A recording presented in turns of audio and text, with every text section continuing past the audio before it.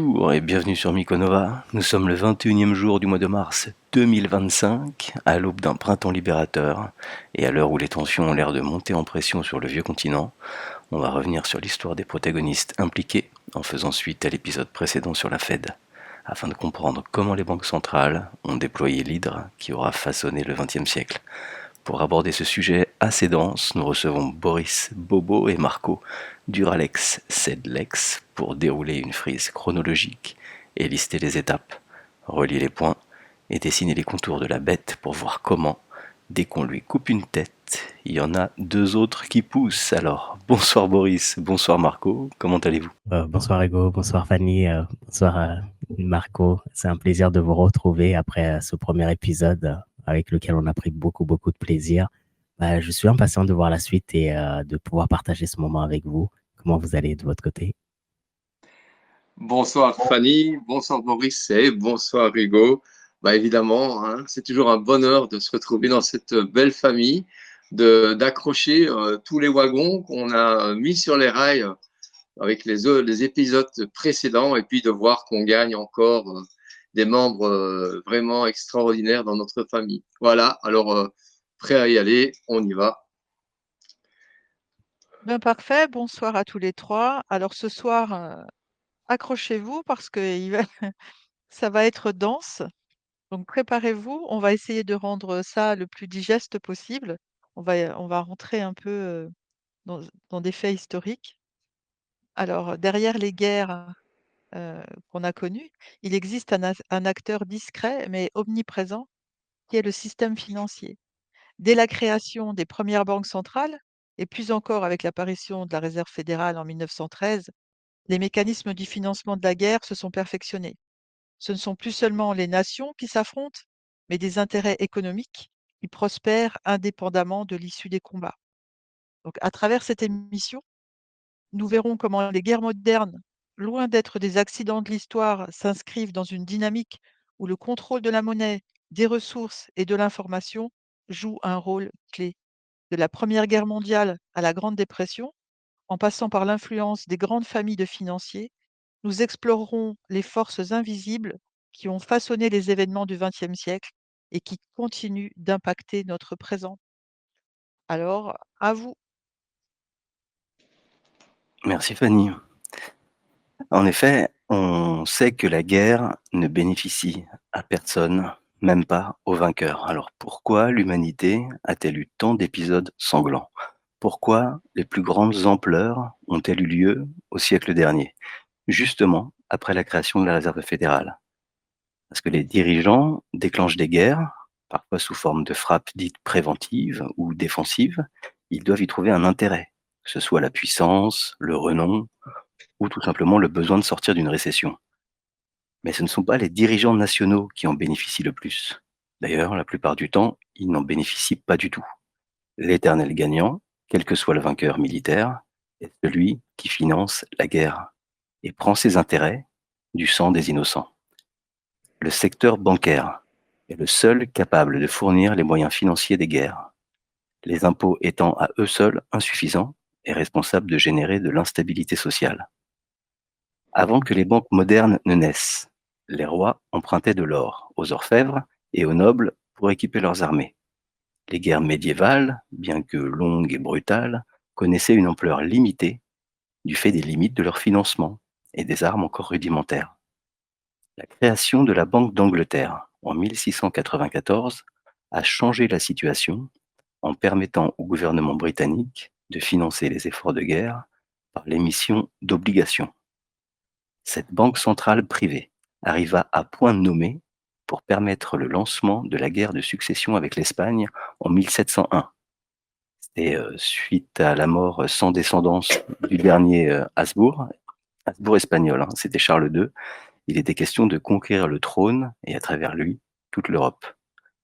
Les banques propriétaires de la Banque d'Angleterre avaient découvert que le prêt aux entreprises était limité par les capacités de croissance de celles-ci, aussi bien en termes de ressources humaines que d'actifs. Les guerres détruisaient les deux, le besoin d'emprunt et donc le potentiel de profit pour les banques. Un demi-siècle plus tard, le financement des guerres par les banques atteignait son degré de perfection avec la famille Rothschild. Le patriarche de cette dynastie, Mayer Amschel Rothschild, crée sa première banque à Francfort au début des années 1760. Ses fils ont internationalisé la banque à Paris, Londres, Vienne et Naples. Par leur réseau de banquiers, la famille a fait fortune pendant les guerres napoléoniennes en spéculant avec l'argent du prince allemand William d'Hessen-Kassel. Alors, le clan Rothschild devait investir son argent dans des obligations du gouvernement britannique, mais ils ont choisi de l'utiliser pour des ventes d'armes. Ils ont ensuite restitué l'argent bonifié des intérêts qui auraient été obtenus avec leurs bons du trésor britannique et ont gardé l'excédent, en violation complète de leurs obligations fiduciaires. La famille a cependant aussi aidé les expéditions du duc de Wellington contre Napoléon en faisant passer de l'or depuis la France vers l'Espagne et en prêtant directement au gouvernement britannique. Certains historiens ont alors affirmé que les Rothschild avaient été les premiers banquiers à financer les deux partis en opposition dans une guerre. D'après Robert McNair Wilson, c'est l'auteur du livre Promesse de paiement. Les banques de Londres elles-mêmes avaient prêté à Napoléon plus de 5 millions de livres pour financer l'expédition des 100 jours. Même si peu auraient parié sur une victoire de Napoléon, les nations vaincues devaient de toute façon payer leurs dettes aux financeurs internationaux, exactement comme ce qui s'est produit avec l'Allemagne après les deux guerres mondiales.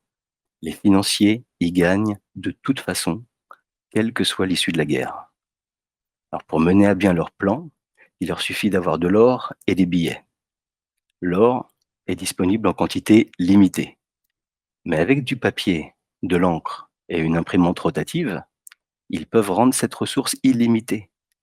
Vous comprenez pourquoi il leur était indispensable de créer la réserve fédérale. En prenant le contrôle de la planche à billets, ils s'offrent au début du siècle dernier le rôle de scénariste et producteur d'un film qui va se dérouler sur toute la planète. C'est très important de comprendre les rouages de la Première Guerre mondiale, de la manière dont l'argent, le pétrole, les banques vont utiliser le premier conflit pour déjà dépopuler la planète et également redessiner les cartes et jeter les bases sur de futurs conflits, parce que c'est clair et net, c'est un plan machiavélique qui est mis en place par le traité de Versailles. Oui, c'est clair. C'est clair. Très important de prendre cette partie et cet aspect de l'origine et du pourquoi. Je pense que Hugo, tu as fait un travail formidable à essayer de vraiment regrouper toutes les informations disponibles pour que les gens puissent comprendre à quel point ce plan remonte à il y a longtemps. Et Marco, c'est très juste ce que tu dis. Chaque moment de l'histoire est une opportunité pour gagner un peu plus en contrôle. Et je pense qu'on va voir au travers de cette émission comment les contrôleurs, justement, articulent chacun de leurs plans, chacun de leurs pions et suivre l'aspect financier, je pense, primordial pour comprendre ce qui se passe. Parce que justement, à ce niveau-là, on est à peine 1 an après la création de la Fed, on voit l'ampleur de leur terrain de jeu avec la dimension inédite de la Première Guerre mondiale. Alors pour résumer grossièrement, Rockefeller contrôle le pétrole, Rothschild contrôle la planche à billets. Ils ont les ingrédients essentiels pour soutenir les deux camps. Alors d'un côté, on avait la triple entente avec l'Allemagne, l'Autriche-Hongrie et l'Italie, face à la France, le Royaume-Uni et la Russie, qui ont été rejoints en 1915 par la Serbie, la Belgique, la Roumanie, la Chine, le Japon et finalement l'Italie. Puis, comme d'hab, dans la dernière ligne droite, les États-Unis ont rejoint cette entente pseudo-européenne en 1917. Étrangement, on entend encore aujourd'hui les mêmes noms de pays dans les mouvements qu'on essaie de nous faire accepter comme une guerre. Je Tant voulais pis. juste souligner un point. Je l'ai souvent dit au cours des différents escape games qu'on a fait jusqu'à présent, c'est que ça permet, ce que vous venez de dire tous les trois là, ça permet vraiment d'asseoir ça pour que les gens comprennent que c'est pas un problème, interne à un pays ou à un autre pays ou à un autre pays. Cette façon de faire, elle est mondiale et cette façon de dominer, est mondiale. Ça n'a rien à voir avec un seul pays, séparément. Voilà, c'est vraiment une fenêtre de compréhension qui est importante d'ouvrir, cette dimension, vraiment mondiale. Voilà, je voulais insister là-dessus. Merci. Yes.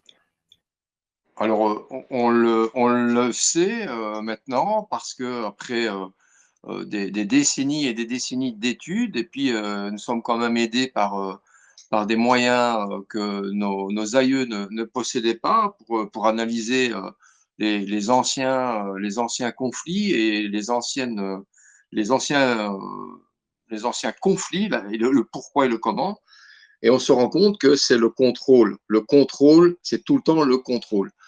Et c'est clair, quand on regarde maintenant le passé, si on fait un travelling sur notre passé, eh bien, on se rend compte que qui contrôle les énergies, qui contrôle le pétrole, qui contrôle l'électricité, contrôle le monde.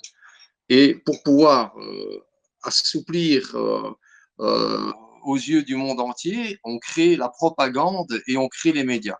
Et forcément, ben voilà, le pouvoir ultime, et on le voit, on l'a vu aujourd'hui, on en fait la démonstration.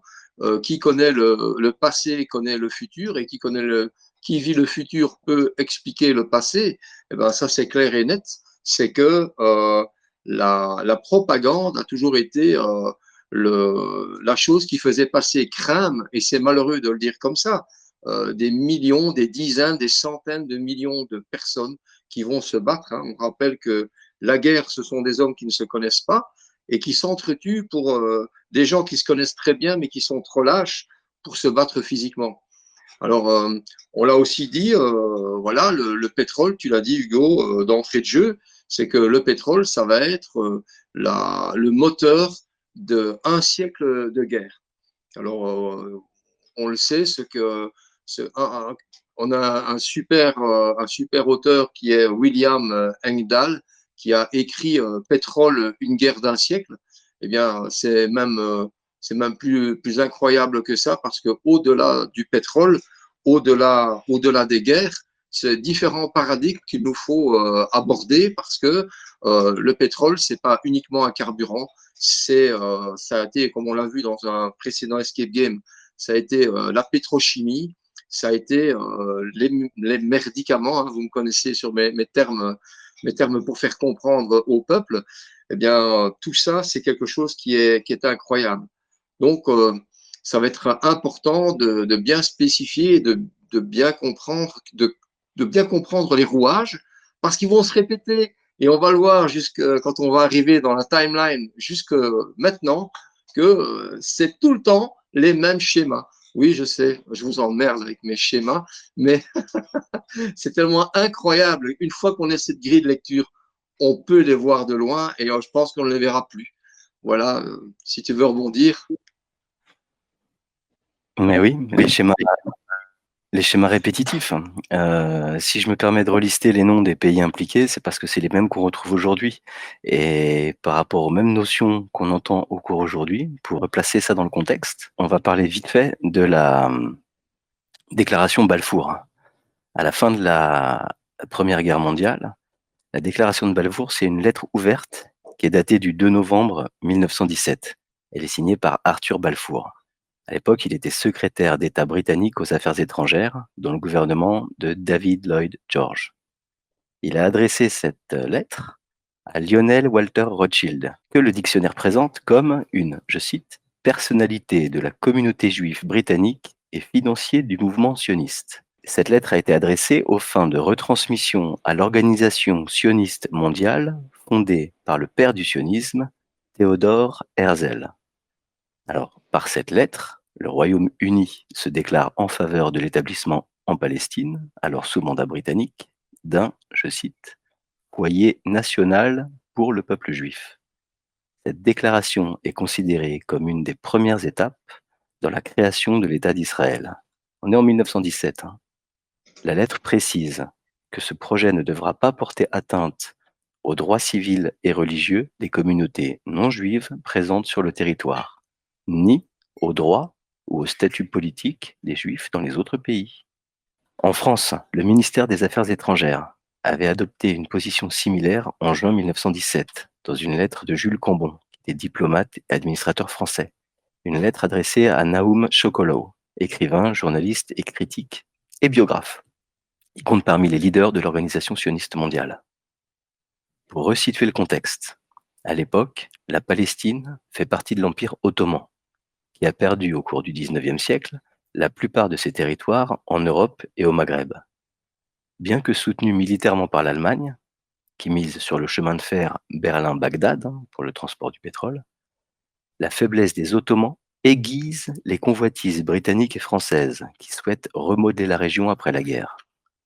Entre 1916 et 1918, les Alliés soutiennent le nationalisme arabe qui fragilise le dispositif turc, ouvrant une brèche à la bataille d'Aqaba en juillet 1917. Cette percée permet aux Britanniques de relancer la campagne en Palestine face aux forces turques et allemandes. Ils remportent le 31 octobre une victoire décisive à Beersheva, confirmée le surlendemain par la prise de Gaza, puis de Jérusalem le 9 décembre. Et ça, seulement un mois après la publication de la déclaration Balfour.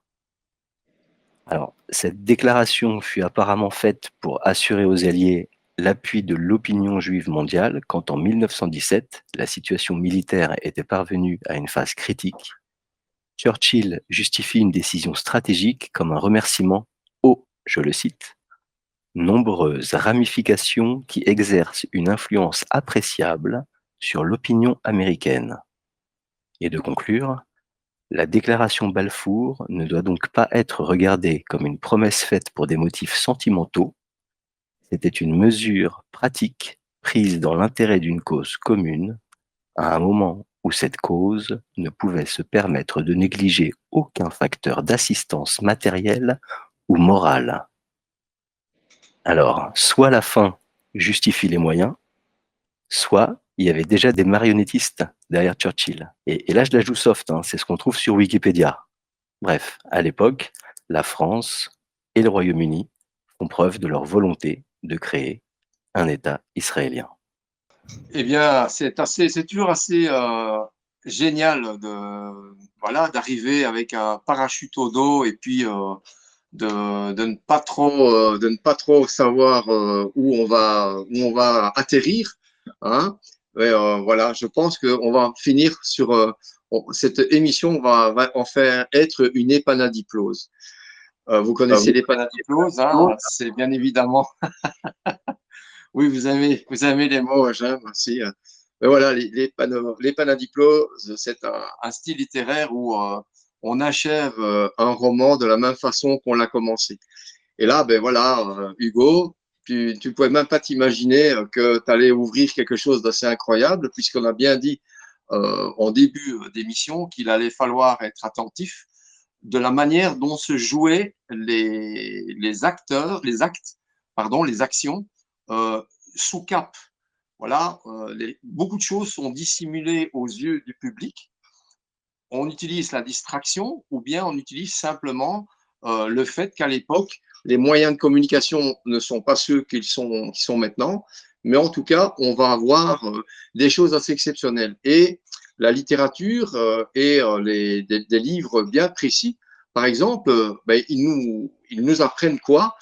Ils nous apprennent qu'en 1870, à l'est de Jaffa, eh bien, on a un projet. Ce projet, il s'appelle Mikvé Israël, l'espoir d'Israël. Donc, nous sommes en 1870. Et où là, la France va implanter en territoire en sultanat ottoman la première école d'agriculture juive, qui ne sera pas, comme le dit Wikipédia, fondée en terre d'Israël, elle sera fondée en terre palestinienne. Ah oui, et oui, ça peut être assez intéressant parce que voilà, on a vraiment. Tu parlais de Guillaume, eh bien ici le Kaiser Guillaume II, il rend visite en Palestine. Il est accueilli le 2 novembre 1898 afin de découvrir le travail accompli dans cet établissement. Et alors, Mikvé Israël avait été choisi pour servir de lieu de rencontre avec Théodore Herzl, qui souhaitait obtenir l'intervention de l'empereur allemand afin de défendre auprès du sultan ottoman la création d'un État hébreu. L'entretien fut courtois et l'empereur intéressé, mais il était délicat de lui demander aux Turcs d'admettre la création d'un État indépendant sur la route de Suez. Vous voyez, ça nous fait partir de 1870, toute une préparation. Personne n'en entend parler. Et en 1917, novembre 1917, on a une signature d'accord dont personne ne peut entendre parler. Nous sommes en pleine guerre, vous savez, cette grande guerre, les gueules cassées, toutes ces victimes, ces millions de victimes, cette barbarie sans nom. Eh bien oui, forcément, c'est une belle distraction pour ne pas voir qu'il y a les prémices d'un État. Et oui, et donc on le sait déjà qu'à partir de 1870, on a une tête de pont. On a une école d'horticulture, d'agriculture, excusez-moi, qui va être une base alimentaire, une base vivrière pour le développement des décennies et des décennies plus tard d'un État dont on va décider la création sur papier par l'accord de Balfour, et puis où nous le verrons, qui va tout doucement profiter de guerres, de gains de territoire.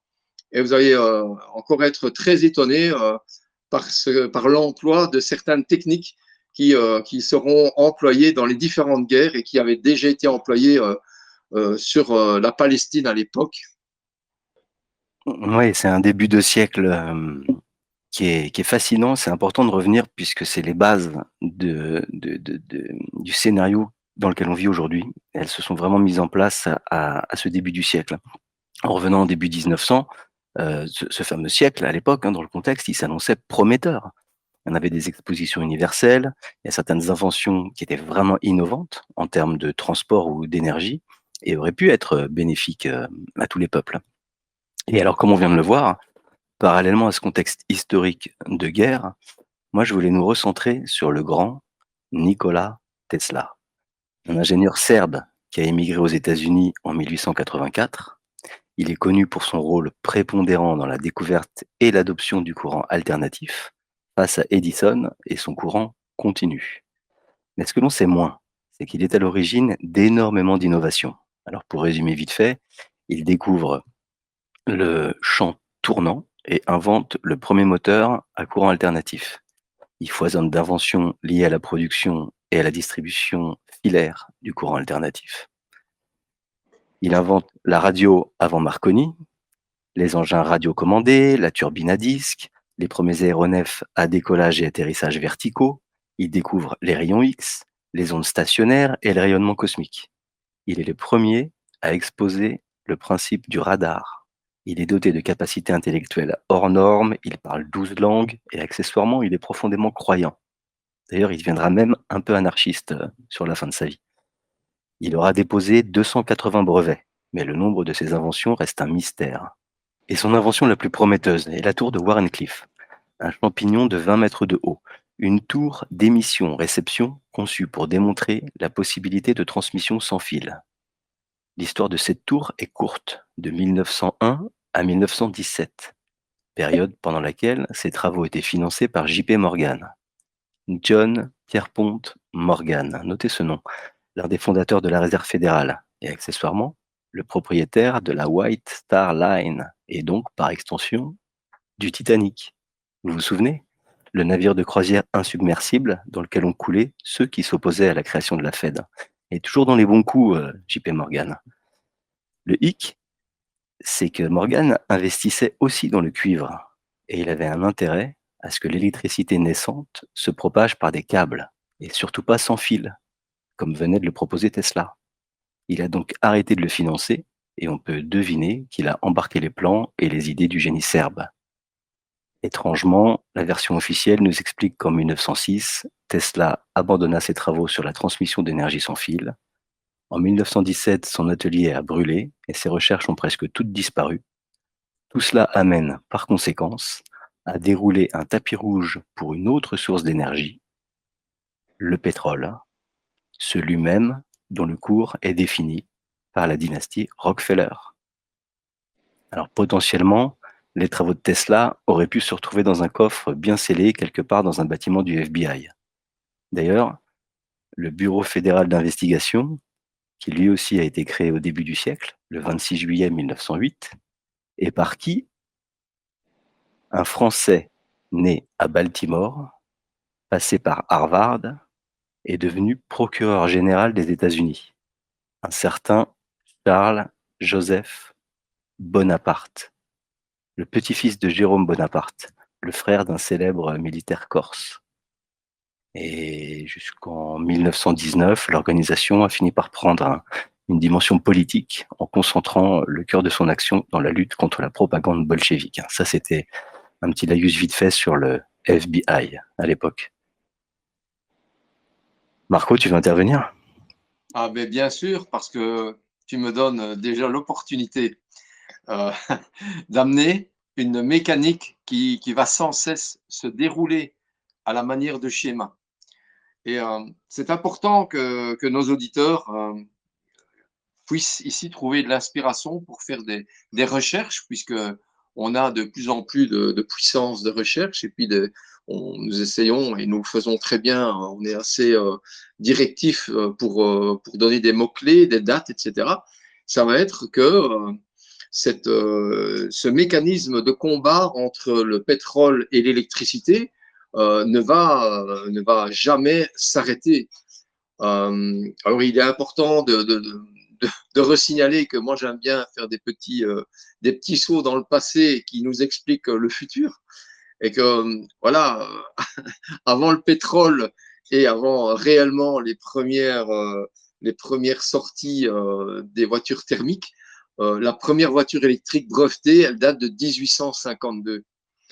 Et que donc la voiture avec le moteur à explosion n'aura son émergence qu'en 1861. Mais voilà, on sait très bien qu'il n'y a pas intérêt à ce que les voitures électriques prennent le dessus.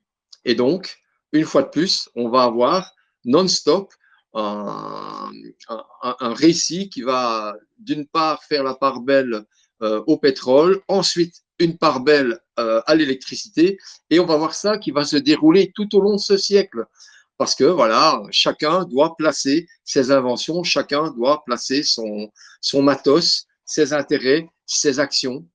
Et c'est vraiment quelque chose de fou, parce que rien que vous dire que avant même le début du siècle, il y avait déjà une bataille entre la voiture électrique et la voiture thermique, et que c'est la voiture électrique qui a commencé la conduite de la bataille. Hein. Pour une voiture, c'est rigolo. Eh bien, c'est juste incroyable. Hein. Il y avait des camions électriques, il y avait des voitures électriques. Eh bien, non. Hop, on a développé le pétrole, et puis il a fallu évidemment limiter l'électrique. Ça vous parle déjà de la manière dont quasiment 100 ans plus tard, on va revenir avec exactement la même chose. On a également toujours, encore et toujours, quelque chose qui est très important, c'est dans ce combat entre le pétrole et l'électricité, eh bien, de temps en temps, on aura des intermèdes sur le climat. Voilà. Mais ça, on reviendra plus tard, après 73 et le pétrodollar. Yes, et juste pour compléter un petit peu avec quelques anecdotes sur Nikola Tesla et ses travaux, il y a un petit épisode qui est assez intéressant. Nikola Tesla avait un assistant qui est un Schref, donc Schref qui est la famille Bush, qui avait infiltré le laboratoire de Nikola Tesla pour pouvoir le surveiller. Et un des garçons qui jouait souvent dans son laboratoire et qui n'arrêtait pas de faire plein de bêtises dans son laboratoire était George H. Schref Jr. Et Nikola Tesla en avait tellement marre de ce George qu'il l'a appelé Curious George, qui a inspiré un dessin animé, un cartoon qui s'appelle George le Petit Curieux. Mais ça vous montre un petit peu par rapport à Nikola Tesla à quel point dès le départ, ces travaux étaient dans l'intérêt des contrôleurs de pouvoir récupérer l'intelligence de Nikola Tesla pour pouvoir l'utiliser à leur fin. Et ça va en ligne avec un peu ce que tu expliques, Hugo, c'est-à-dire que tout le travail de Tesla étaient censés bénéficier à d'autres personnes et ils étaient infiltrés. Alors, à l'époque, Tesla ne s'en doutait pas. Ce n'est que plus tard qu'on va comprendre qui étaient les Bush, qui étaient tous ces gens qui l'infiltraient, mais c'est vrai que c'est intéressant de le pointer. Et un des travaux, notamment de Nikola Tesla, ce dont tu parlais, la tour de Vandercliff, est aujourd'hui redéveloppée par une entreprise qui s'appelle Vivis Technology dans le Texas. Donc, on risque de revoir et on risque d'entendre parler de ce travail à nouveau de Tesla qui est juste incroyable. Alors Boris, tu me donnes l'opportunité de rajouter à notre formule magique que nous devons tenir à l'œil tout au long de notre petit périple ici dans cette émission, c'est l'importance du renseignement. Et quand je dis le renseignement, intelligence en anglais, et donc également de tout ce qui est l'espionnage, puisqu'on était déjà là à l'époque dans l'espionnage industriel afin de réellement contrôler. Et on va le voir tout au long des guerres, tout au long des développements, ces agences d'espionnage vont avoir un impact monstrueux sur la libération des brevets, sur la libération de technologies qui pourraient libérer le monde et qui ne pourront pas être libérées et qui vont garder les citoyens, les terriens sous le joug de cette engeance des contrôleurs. Voilà. Merci à toi, Maurice. Tout à fait, Marco. C'est vrai que c'est super important de revenir sur tout ce qui s'est passé dans ce début de siècle et à quel point ils étaient attentifs à tous les détails pour les empêcher tout ce qui pouvait nous servir, leur empêcher d'exister. On en revient sur cette histoire, hein. Si j'appelle cet épisode l'hydre de Lerne, c'est le deuxième travaux d'Hercule, où il s'agissait de combattre une bête qui avait 5 têtes initialement, mais dès que tu lui en coupais une, il y en avait 2 autres qui poussaient. Et comment est-ce que cela est possible? Comment ils peuvent autant avoir de coups d'avance? Comment ils peuvent toujours se sortir gagnants? Parce qu'ils éditent eux-mêmes les règles du jeu et parce qu'ils arrivent à avoir les yeux partout pour se placer où il faut. Alors, à ce sujet, puisqu'on est encore un peu sur Tesla, je fais un petit rappel pour préciser qu'en 1900, c'est aussi la période pendant laquelle les Rockefeller ont commencé à investir dans les universités de médecine, aux États-Unis, puis en Europe, pour doucement effacer les médecines naturelles et préparer le corps médical à devenir des VRP du tout chimique. Je rappelle que les Rockefeller ont un intérêt à vendre du pétrole. Et puisqu'on parle d'eux, c'est à cette même période que la Fondation Rockefeller est à l'initiative d'un accord mondial visant à modifier la fréquence de la musique. Ils font passer la résonance harmonique naturelle de 432 Hz à la fréquence actuelle de 440 Hz, qui, paraît-il, supprime la conscience. Parce que 440 Hz, c'est une vibration statique qui affecte notre ADN et notre connexion cellulaire de manière incorrecte. Et cela peut causer de nombreux maux dans le corps. Et c'est intéressant, quand on regarde la seule citation de Nikola Tesla qui lui aura survécu, je cite, « Si vous voulez découvrir les secrets de l'univers, pensez en termes d'énergie, de fréquence et de vibration. » Bref, la boucle est bouclée, on entre dans les années 20 et les piliers du système sont en place, le pétrole et le dollar. Une poignée de familles ont toutes les cartes en main pour commencer à jouer. Alors, pour toujours exploiter un des piliers qui est la propagande, eh bien, on doit absolument signaler, parce qu'on vit exactement la même chose en 2025, que en 1918, eh bien, on a Charlie Chaplin qui va réaliser un film de propagande afin de vendre les Liberty Bonds. Donc, histoire oui, de renflouer les caisses et de nourrir les caisses de l'État par rapport à la guerre.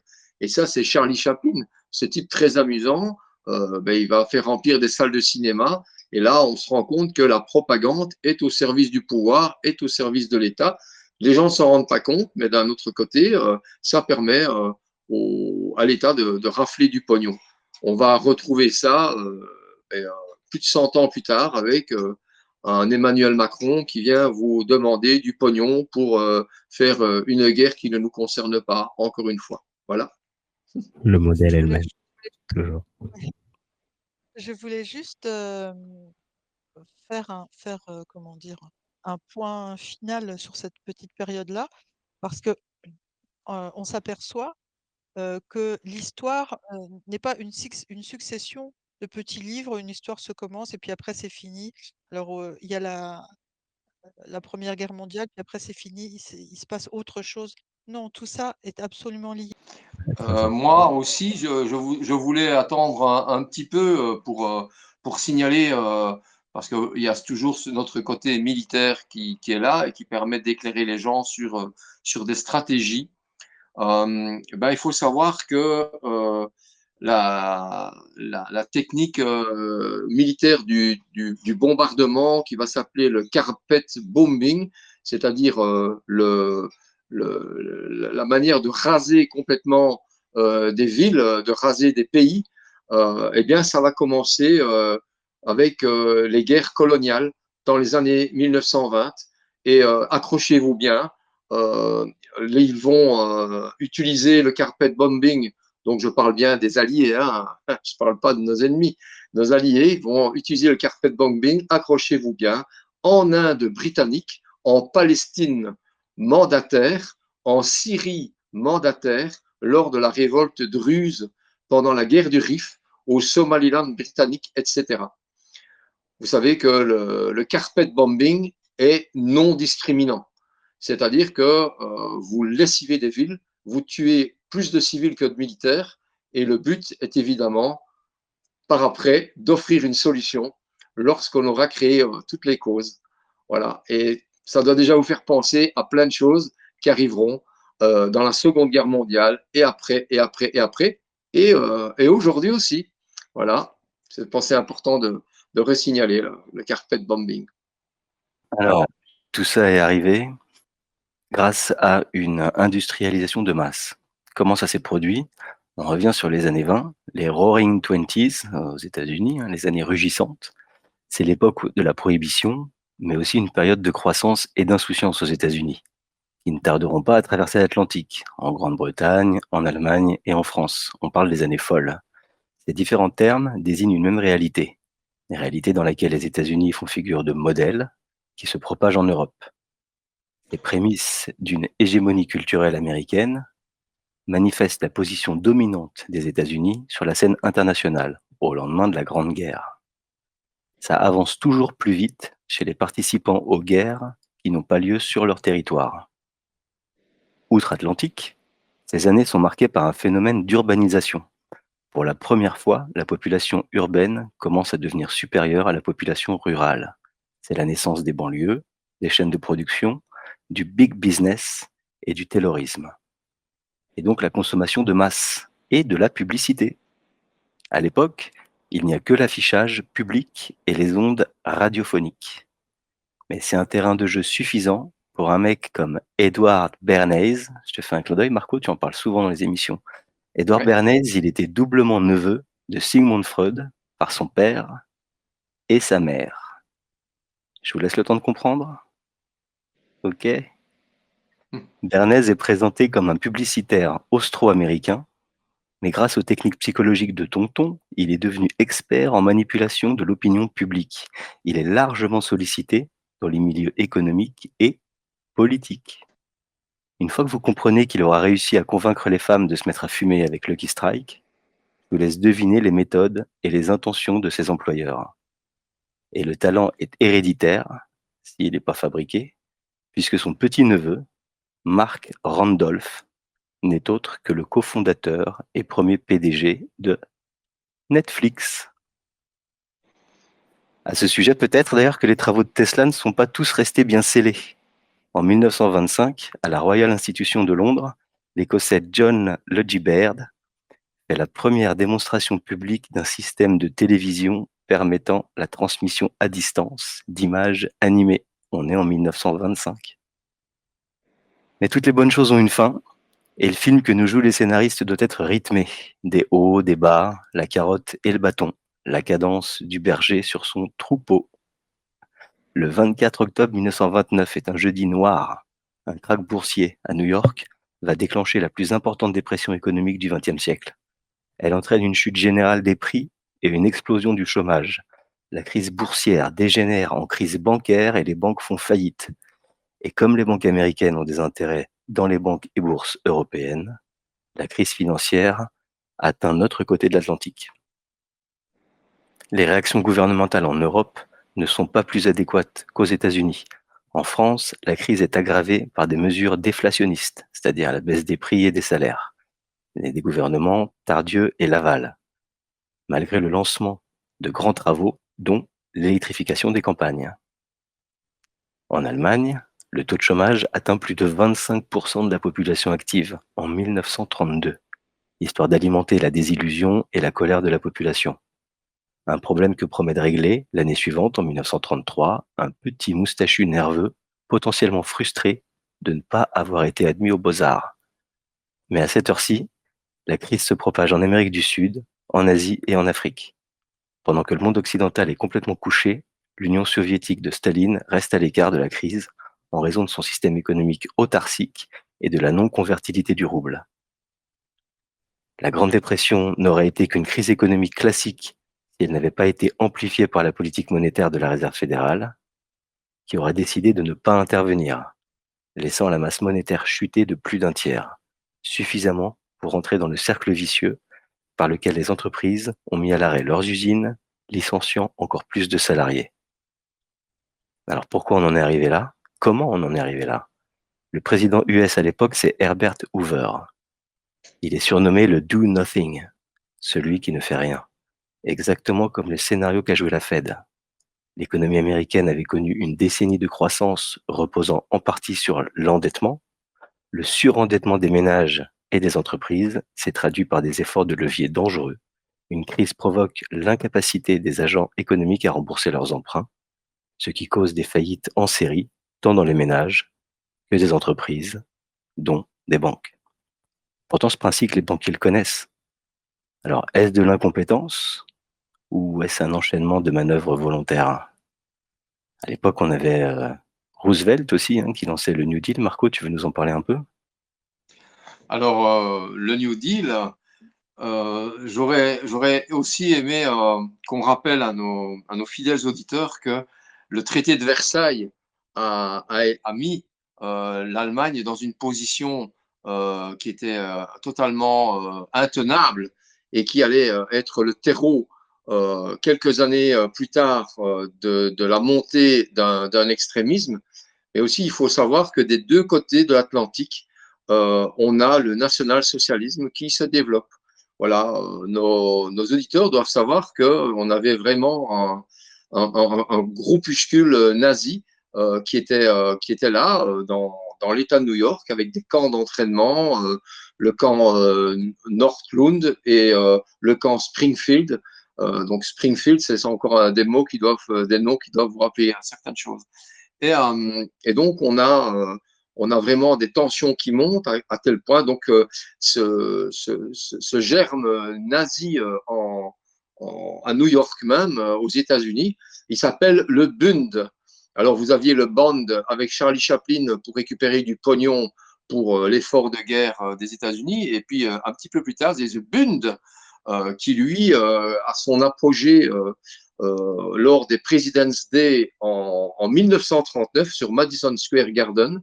Il y a 20 000 personnes qui entendent Kuhn, le leader du Bund, qui critique le président Delano Roosevelt à plusieurs reprises et qui il le qualifie de Frank D. Rosenfeld, et ils appellent le New Deal la nouvelle donne. Ils l'appellent le Jew Deal, l'accord juif. Et ils prétendent que le leadership américain est désormais judéo-bolchevique. Bon, ben, des combats éclatent entre les manifestants et les nervistes du Bund. Donc le Bund est un des nombreux groupes de la communauté germano-américaine, mais il est l'un des rares à exprimer des idéaux nazis en réaction de la dernière semaine de décembre 1942. 50 personnalités germano-américaines réunies par la journaliste Dorothy Thompson, parmi lesquelles la star de baseball Babe Ruth, signe une déclaration de Noël par les hommes et les femmes d'ascendance allemande, The Christmas Declaration by Men and Women of Germany Ancestry, condamnant le nazisme, qui apparaît dans 10 grands quotidiens américains. Donc je vous invite à bien évidemment à aller voir tout ça, à feuilleter, à retrouver tout ça.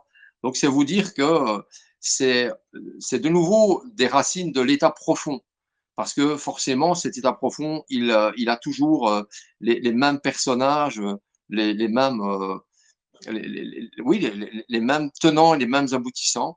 Et donc, quand on parle de nazisme, ben, c'est pas le national-socialisme, mais bien le national-zionisme qui s'est infiltré partout. Et on verra après ce qui se passe pour, dans la Seconde Guerre mondiale et le pourquoi de la Seconde Guerre mondiale, du moins une grosse partie pour diriger les peuples de la Terre vers une décision qui sera de reconnaître un État qui n'aurait jamais dû être reconnu. Là encore, un scénario potentiellement mis en place avant le conflit, pour une fois de plus créer un problème et apporter la solution. Le but étant d'amener une solution qu'on ne pourrait pas accepter, on revient à la fenêtre d'Overton, et une guerre est capable de déplacer très très vite une fenêtre d'Overton pour rendre des choses hier inacceptables, demain complètement acceptables. Pour ce qui est du contexte des financeurs de la Seconde Guerre mondiale, je peux vous renvoyer vers le livre de Pierre Jovanovic qui s'appelle Hitler ou la vengeance de la planche à billets. Jovanovic aborde le sujet le plus tabou encore que la planche à billets grâce à un rapport unique de l'OSS, qui est devenu la CIA, qui n'avait jamais été publié en français. Pour la première fois, un livre montre le rôle primordial des banquiers qui ont permis de prolonger de plusieurs années aussi bien la Première que la Seconde Guerre mondiale. Juste par avidité ou par volonté de destruction, on en parlera Marco, devenant par ce fait le plus grand criminel de guerre de tous les temps. Une fois de plus, ce sont les banquiers à qui profitent les guerres. C'est important de retenir ça dans le siècle dernier, parce que c'est ce qui est aussi en train de se produire aujourd'hui par excès de fierté et pour l'amener à sa destruction. Vas-y Boris. Peut-être avant la Seconde Guerre mondiale, revenir un petit peu sur cette période de 1929 et 1933. Tout d'abord, c'est assez fascinant les détails que vous décrivez, certains dont je n'étais absolument pas au courant, notamment du côté allemand. Mais pour vraiment revenir à un cadre plus global et puis qui concerne les contrôleurs, c'est vrai que cette période va leur permettre d'asseoir et de gagner énormément en pouvoir. Parce que pendant qu'on nous met un écran de fumée qui sont ces périodes économiques qui vont en haut, en bas, qui est un véritable roller coaster, on va introduire quelques éléments, notamment les premières saisies d'or qui vont vraiment venir dans l'inconscient collectif, en tout cas, commencer à nous amener à ce qu'on appelle la disparition de l'étalon or et du fait que les monnaies soient adossées à une matière première. Et ça va se passer durant cette période-là, justement, notamment en 1933 avec ce qu'on appelle l'EBA, l'Emergency Banking Act, où justement le Roosevelt va permettre la saisie de l'or américain contre un certain paiement. Et ça va être les premières prémices et on va voir que ça va être développé beaucoup plus tard.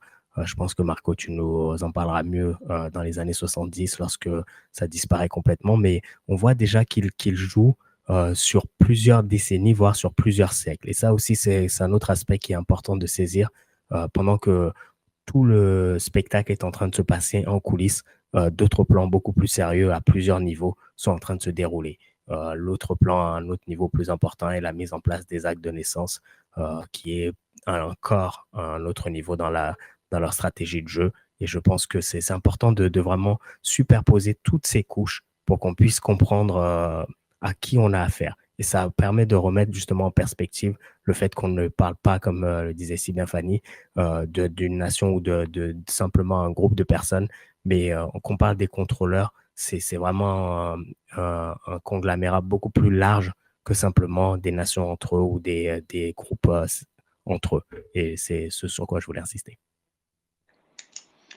Oui, alors c'est magnifique de nous faire repenser à cette entre-deux-guerres parce que là aussi, à la fin de la Première Guerre mondiale, on se retrouve bien évidemment avec une dépopulation, avec une grippe espagnole qui va aussi, qui sera réétudiée après, bien plus tard.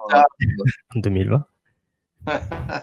Oui, et aussi durant l'entre-deux-guerres, à l'époque de la prohibition.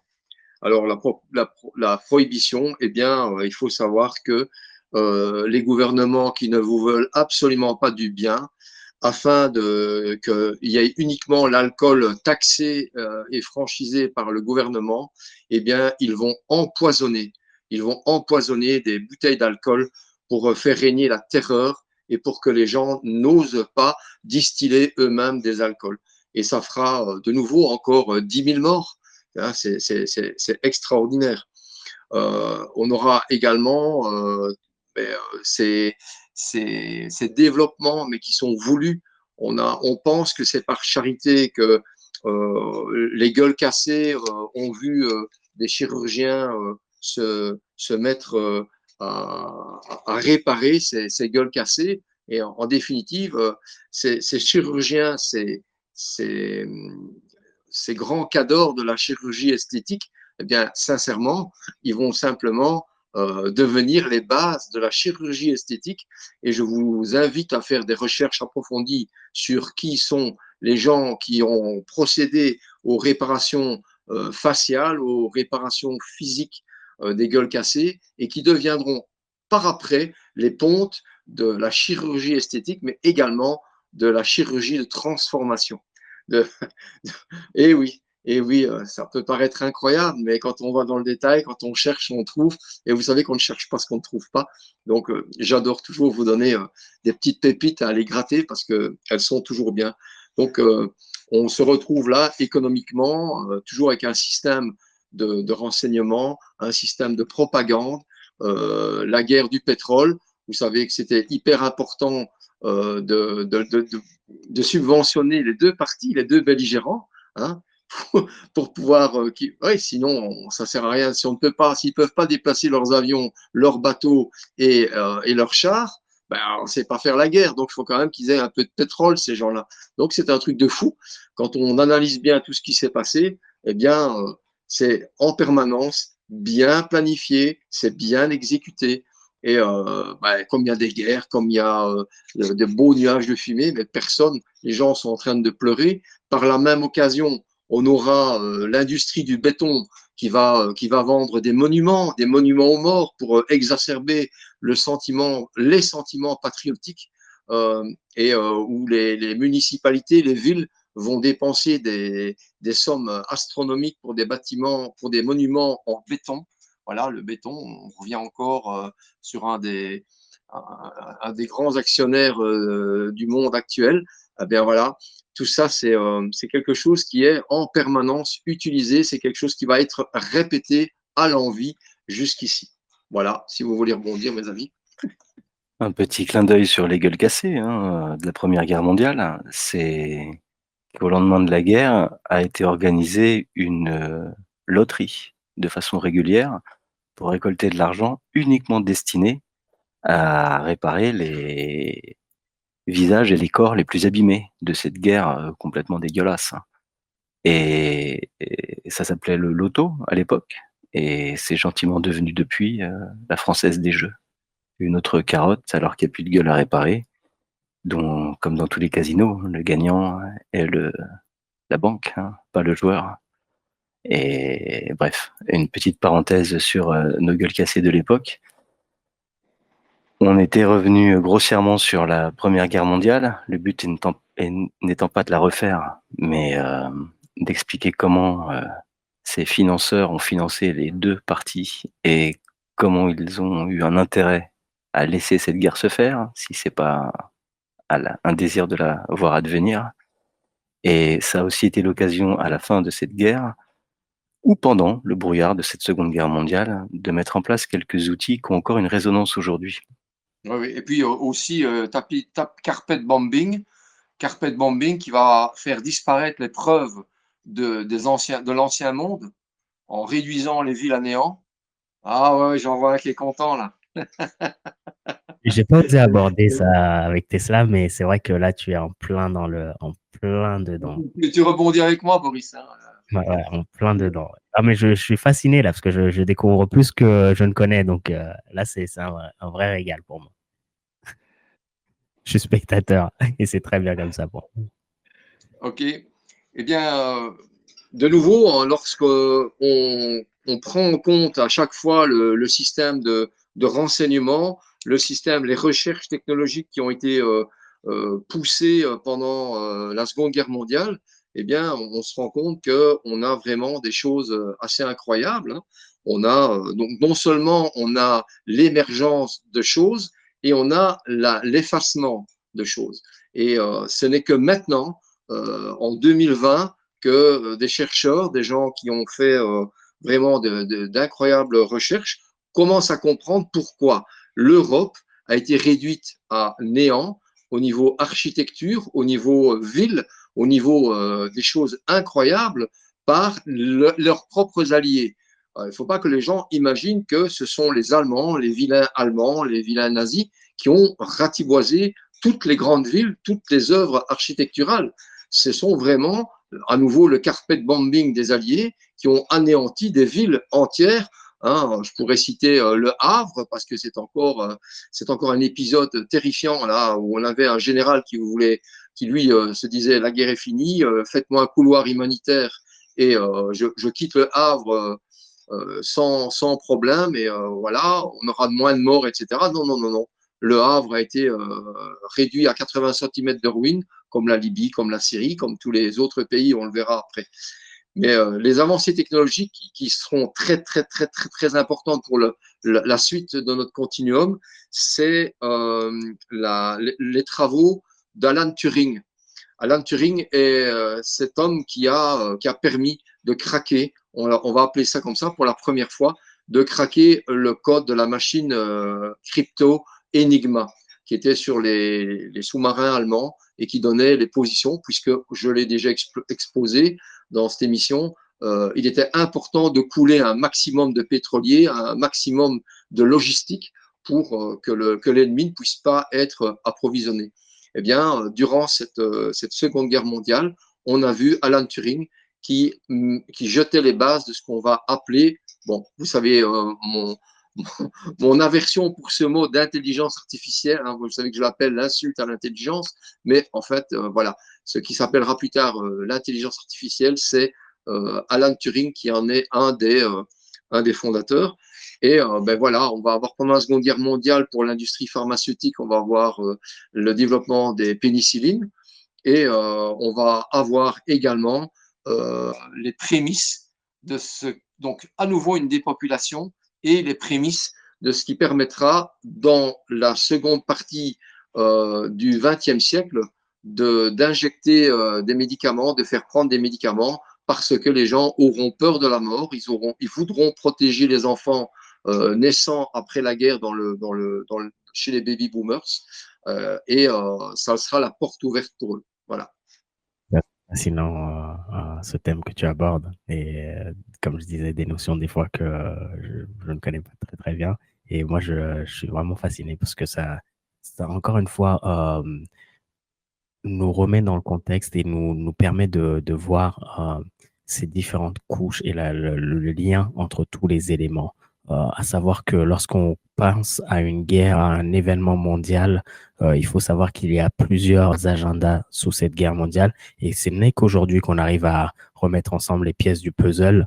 Mais l'un des éléments clés, et il est très important, c'est qu'il y avait également une histoire l'existence sans doute d'éléments à supprimer durant cette guerre. Et c'était l'un des objectifs clés à plus long terme des contrôleurs.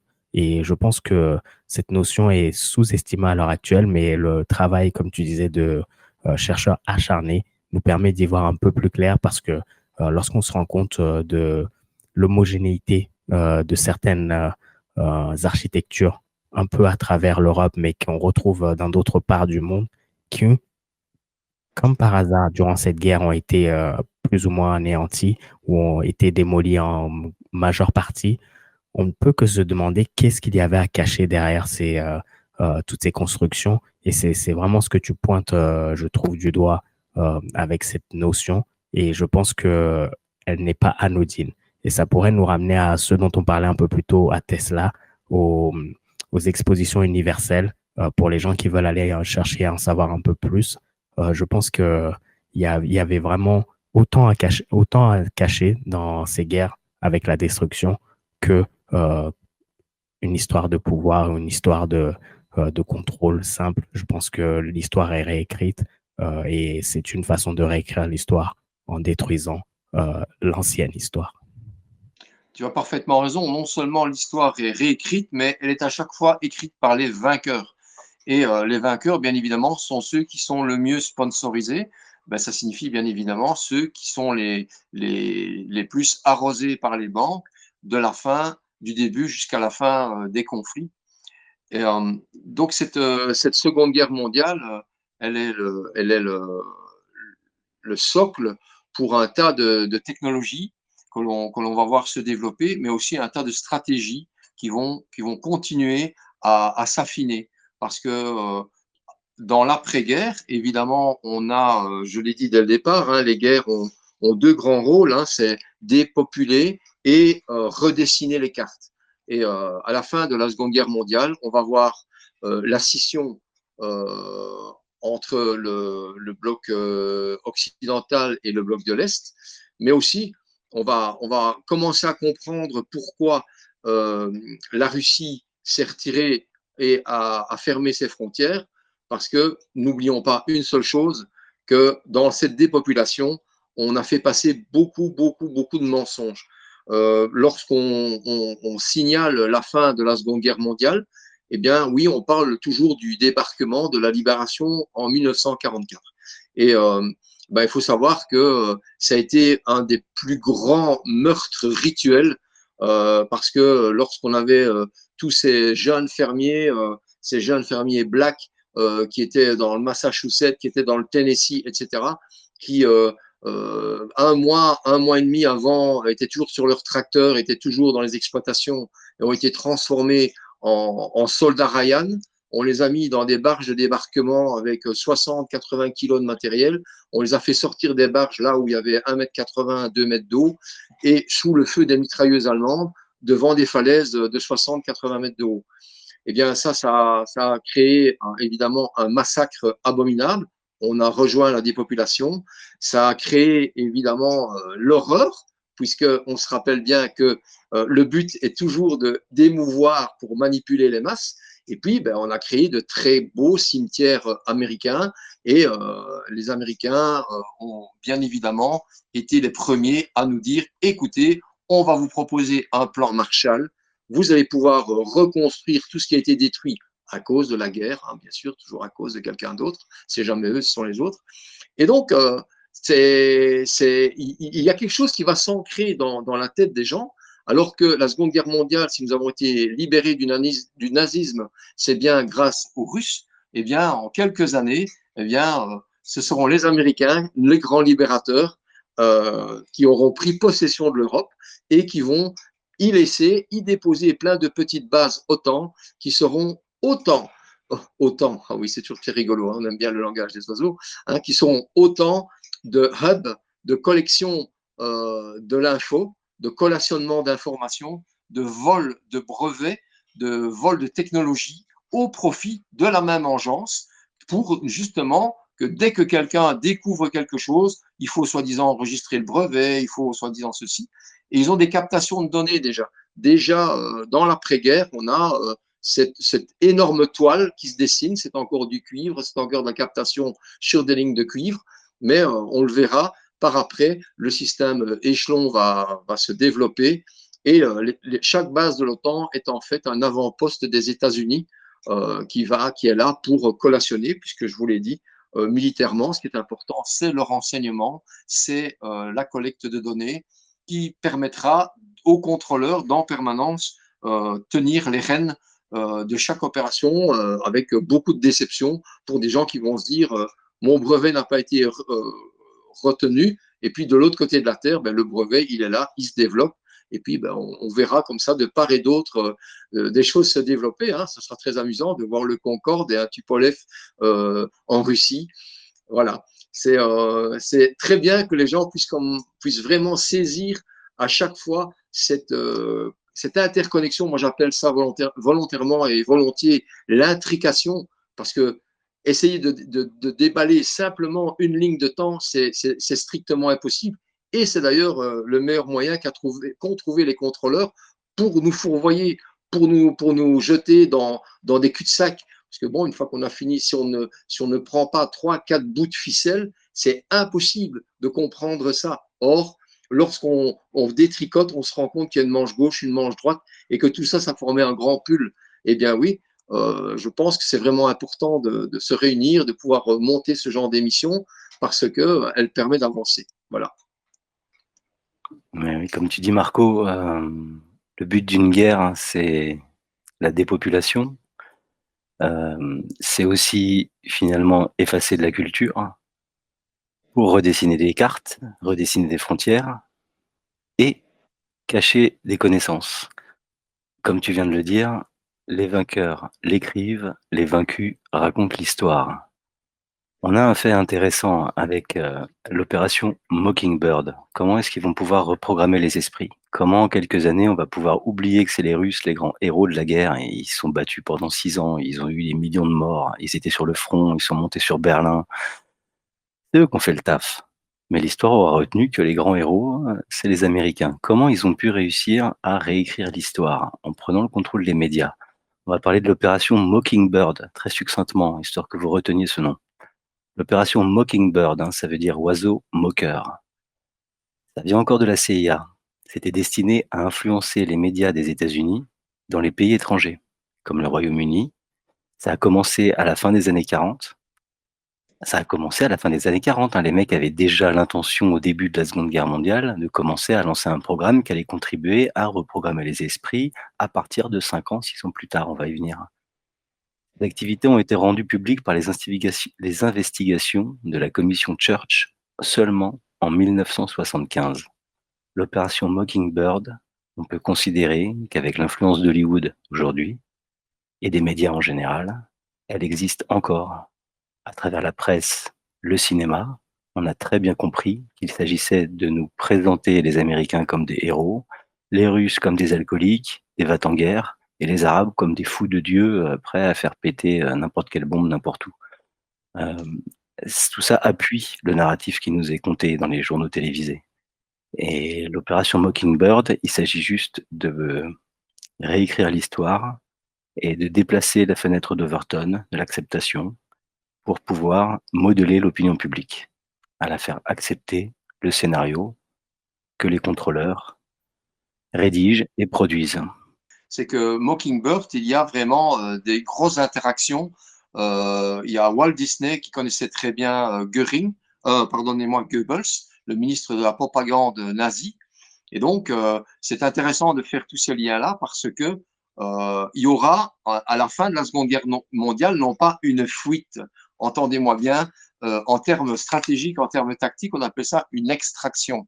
Et on va, l'état profond, puisqu'il faut nommer un chat, va extraire les cerveaux nazis, enfin, ou nazis ou national-sionistes, vont les extraire pour justement récupérer une grande partie de ce savoir, puisqu'on a dit que les guerres servaient à détruire la connaissance et certainement pas à laisser suffisamment de connaissances ou de cerveau en arrière pour que les pays défaits, les pays détruits puissent recouvrer rapidement une économie. Non, non, il fallait vraiment créer le problème pour amener une solution, le plan Marshall, les bases de l'OTAN sur l'Europe afin de la protéger du vilain ogre russe. Oh tiens donc, ça nous fait vraiment penser à quelque chose, une fois de plus. Voilà. Donc, on a bien évidemment donc Paperclip, on se rappellera de ça, on se rappellera les petits voyages, la dispersion de toute cette intelligentsia technologique, technique nazie qui sera récupérée bien évidemment par la CIA et qui sera même le fondement de l'Union européenne. C'est intéressant, Marco, que tu précises ça, parce qu'avant de dérouler sur Paperclip, qu'est-ce que c'est? Tu parles de Walt Disney. Il était question, quand les Américains sont intervenus dans la Seconde Guerre mondiale, leur la première cible, ça a été les usines de propagande. À l'époque, les Allemands étaient super forts en dessin animé. C'était eux qui faisaient les meilleurs sur la planète. Ils ont notamment utilisé cette technique pour en faire de la propagande pour le régime nazi. Dans le but de casser la propagande, les Américains ont tout de suite détruit les usines de dessin animé, enfin les usines, les studios de dessin animé allemands. Comme ça coupait court à la propagande d'Hitler. Très bien. Mais au lendemain de la guerre, ça a ouvert un boulevard à Walter Disney. Walter Designy, hein, lui aussi c'est un Français. D' Isigny. Il vient de Isigny en France, Walter. Bref, il a pu disposer d'un boulevard pour sortir des dessins animés, consacrer sa vie même à faire les plus beaux, les plus belles animations, et à petit amener encore la fenêtre d'Overton aujourd'hui sur d'autres registres dont on parlera plus tard. Exact. Donc pour ce qui est de Paperclip, tu nous parles, Marco, d'une espèce de rapatriement sur le continent américain. Je vais essayer de le décrire de manière relativement objective, comme le fait le dictionnaire ou Wikipédia. Dès la fin de la Seconde Guerre mondiale, la CIA a lancé l'opération Paperclip, destinée à recruter les anciens nazis, spécialistes de l'espionnage, des fusées, mais aussi de la propagande et du conditionnement mental, de la guerre chimique et bactériologique, de l'expérimentation médicale et de la torture. Le but était de mettre leur talent, entre guillemets, au service des États-Unis dans la lutte contre leur nouvel ennemi, l'Union soviétique et le communisme.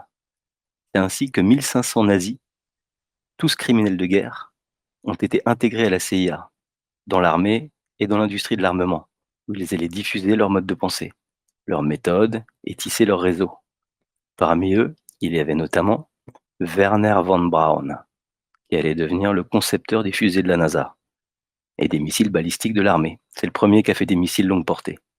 Après avoir conçu les fusées allemandes V2, qui étaient utilisées par les nazis donc pour bombarder Londres.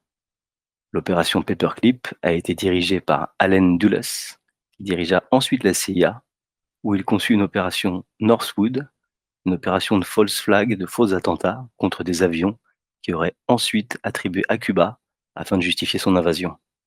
Ce qui lui valut d'être viré de la CIA parce que Kennedy, choqué qu'un tel projet ait pu être imaginé. Après quoi, Dulles a probablement participé à l'organisation de l'assassinat de Kennedy. Il a ensuite été l'un des 8 membres de la commission Warren, chargée par Lyndon Johnson de faire la lumière sur l'assassinat, et qui est d'ailleurs à l'origine de la version officielle de la balle magique. Juste une petite précision, parce que vous parlez très bien de Walter Disney. Pour comprendre Mockingbird et son origine, il faut remonter à Hollywood. Et vous parliez du contrôle de l'esprit, son influence à Hollywood et lors de sa création par des gens comme Aleister Crowley. Et c'est très important lorsqu'on va arriver dans l'aspect de contrôle de l'esprit, parce qu'il y a une idéologie derrière. Et je pense que c'est à ce moment-là que cette idéologie est façonnée avant de devenir, au début des années 40, Mockingbird, qui va être ensuite déployé par les projets MK Ultra et ensuite, avec l'avènement de la télévision satellitaire, être déployé partout dans le monde. Mais il y a une idéologie derrière. Quand on parle de contrôle de l'esprit, on ne parle pas simplement de façonner des princesses et des enfants. Il y a vraiment quelque chose que les gens vont qualifier, ou même que je qualifierais de satanique. Et c'est un agenda beaucoup plus profond et qui tire ses origines d'Hollywood et justement de personnages comme Walt Disney influencés par Aleister Crowley. Merci Boris d'être revenu sur Mockingbird parce que je voulais aussi dire juste une petite chose pour faire le rapprochement avec ce qui se passe aujourd'hui, que les gens puissent faire le lien. En fait, les moyens utilisés par l'opération Mockingbird, c'était donc, par exemple, le recrutement de journalistes travaillant pour des grands médias. Ça vous rappelle rien, messieurs, dames? En France, qui détient les médias? D'autres moyens, c'était aussi le placement d'agents de la CIA à des postes stratégiques des médias. Quand on regarde ce qui se passe, si on revient même sur toute la période Covid, il y aurait de quoi se poser des questions. Des autres moyens utilisés aussi, c'était le financement des groupes de publication pour propager des idées conformes aux intérêts des gouvernements. Tiens donc, on est en plein dedans. Et également la désinformation et la manipulation pour influencer l'opinion publique. Ben voilà, on continue à subir les effets de ce Mockingbird. Et comme tu dis, Boris, comme tu viens de le dire Fanny, ce Mockingbird a pour but de contrôler l'esprit, contrôler l'opinion. On se base sur des techniques utilisées par les nazis quand on parle de MK-Ultra, le mind control avec un K. Qu'est-ce que c'est que MK-Ultra? Pour vous faire un truc rapide, c'est un projet de la CIA, encore, qui vise à développer des techniques de contrôle et de programmation de l'esprit. Donc le projet est approuvé le 13 avril 1953 par le directeur de l'agence, Allen Dulles. Hein, on revient encore sur le même personnage. Et dans la version officielle, il prendrait fin au début des années 70, ce projet. Mais ce qui a été expérimenté est forcément encore exploité.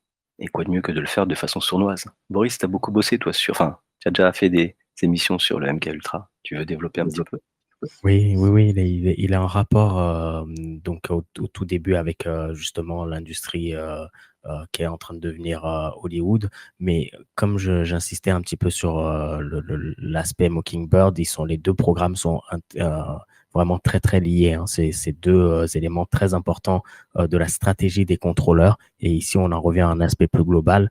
Le MK Ultra est vraiment basé sur les techniques qui vont être utilisées durant la Seconde Guerre mondiale, durant les différentes expérimentations que les nazis vont avoir, et ils vont être ensuite travaillés, raffinés et bien mis en place par les exfiltrés ou, comme tu l'expliquais si bien, Marco, ces gens qui vont passer de l'autre côté de l'Atlantique pour pouvoir rendre ce programme un peu plus on va dire, conventionnel dans la façon dont il va être présenté au public. Mais c'est un programme qui est basé encore une fois sur une idéologie. Et je pense que c'est l'aspect le plus important qu'il faut tirer de ça.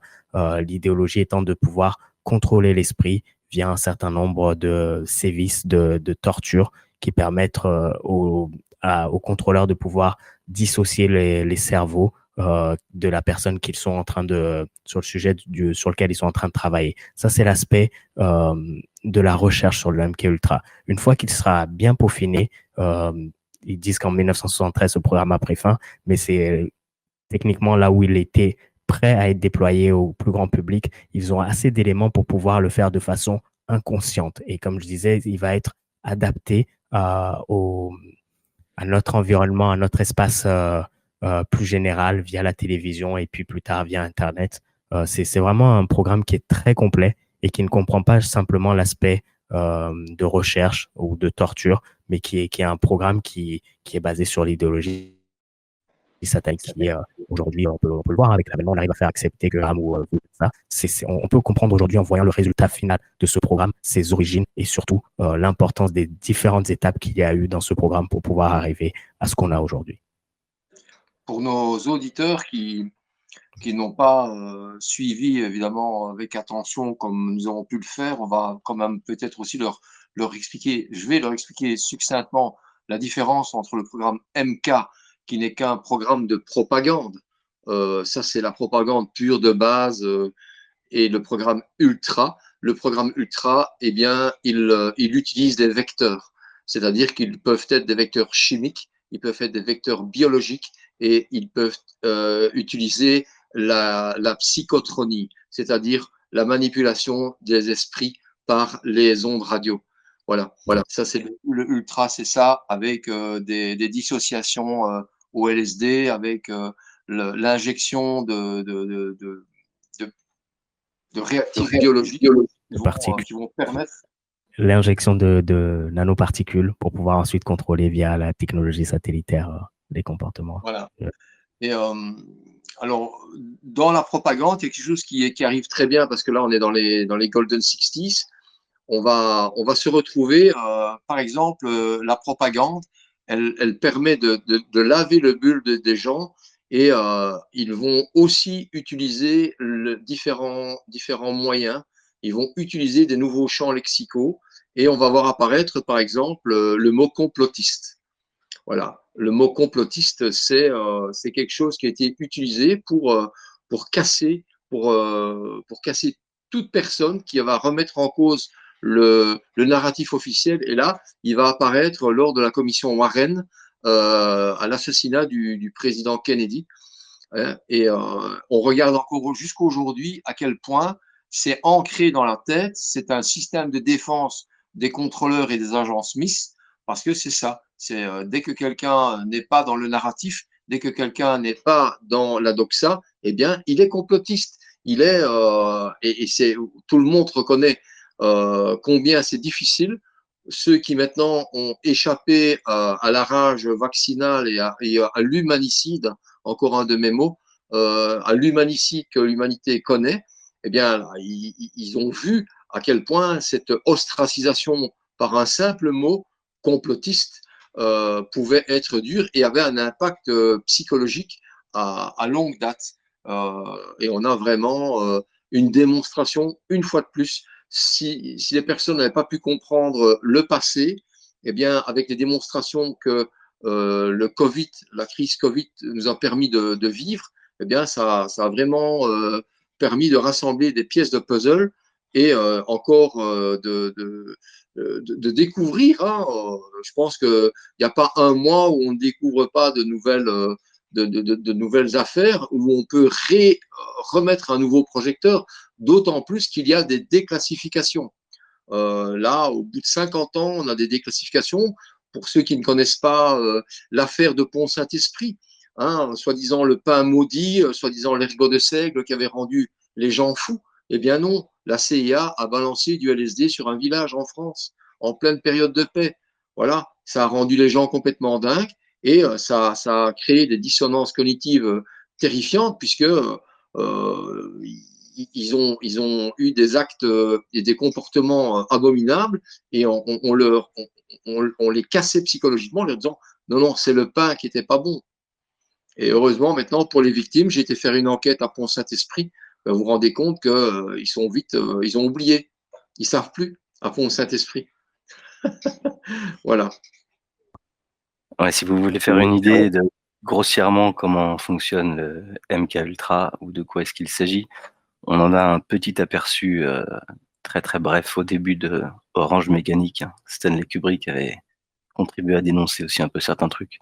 Regardez le début d'Orange Mécanique et vous verrez à peu près de quoi on parle pour travailler sur un sujet, comme ils devaient le dire à l'époque. Et puis même s'ils ont dit qu'ils arrêtaient le programme, ils ont avoué récemment qu'ils l'avaient continué au Canada, dans des orphelinats. Bon, bref, c'est une autre histoire à laquelle on n'a pas besoin de s'étaler tout de suite. Donc pour faire simple, à la fin de la Seconde Guerre mondiale, on a tout ce système d'écoute et de travail sur les populations. Et quoi de mieux pour bien travailler dessus que de l'observer et de s'observer aussi un peu les uns les autres. On a vu qu'ils avaient toujours un temps d'avance. On va parler d'écoute et d'espionnage avec les agences de renseignement. Il s'agit, je vous le lance comme ça, je vous laisse faire vos recherches. Hein. Il s'agit du système échelon.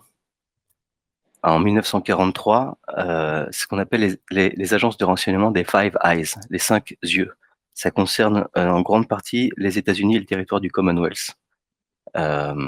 L'Australie, la Nouvelle-Zélande, le Canada. Finalement, tous les grands ponts anglophones dont les agences de renseignement étaient jusque-là les plus puissantes, avant l'arrivée du Mossad qui, fraîchement débarqué, aura été super performant. Ça sera en 48 avec la création de l'État d'Israël. On n'y est pas tout de suite, on est encore en 43. L'année suivante, en 1944, on a une visibilité sur la fin de la guerre et sont signés les accords de Bretton Woods. Est-ce que tu saurais nous le présenter très succinctement, Boris?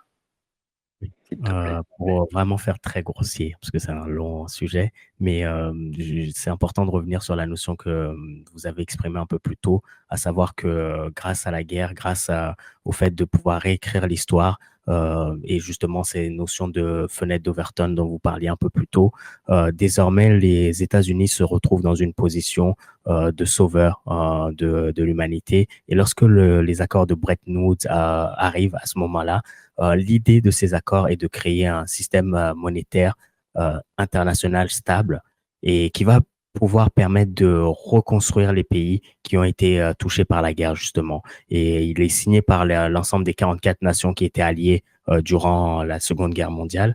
Et ce qui va se passer, c'est qu'il va y avoir vraiment deux principaux acteurs de ces accords de Bretton Woods, qui sont John Maynard Keynes, qui est maintenant mondialement connu, et puis un autre un peu moins connu qui est Harry Dexter White, qui est le secrétaire euh, au Trésor des États-Unis. Donc leurs deux plans d'ensemble vont s'affronter et à la fin, c'est le plan de Harry Dexter White qui va être retenu et qui va permettre au dollar d'être imposé comme monnaie qui sera qui va jouer en tout cas le rôle de monnaie internationale. Et encore une fois, ça fait notion à cette idée du fait que en gagnant la guerre, en ayant cette position de super-héros, les États-Unis ont pu négocier et avoir cette opportunité que le dollar puisse être considéré comme étant la monnaie de réserve au niveau mondial, si je devais le résumer très grossièrement. Pour appuyer les accords de Bretton Woods, on a, à la fin de la Seconde Guerre mondiale, en 1945 évidemment, la création de l'Organisation des Nations Unies. Sous couvert de promouvoir la paix, ils vont devenir les chefs d'orchestre de l'Occident et potentiellement du reste du monde au fil des années.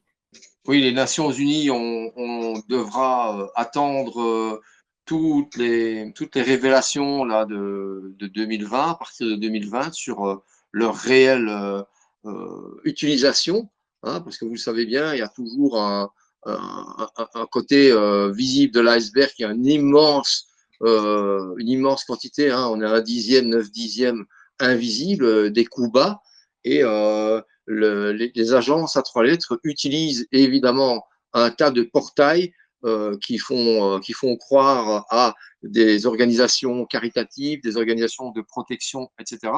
Parce que ça endort évidemment, ça anesthésie les peuples, et ils ne voient pas, ils ne peuvent même pas imaginer que ces establishments soient les portes du diable.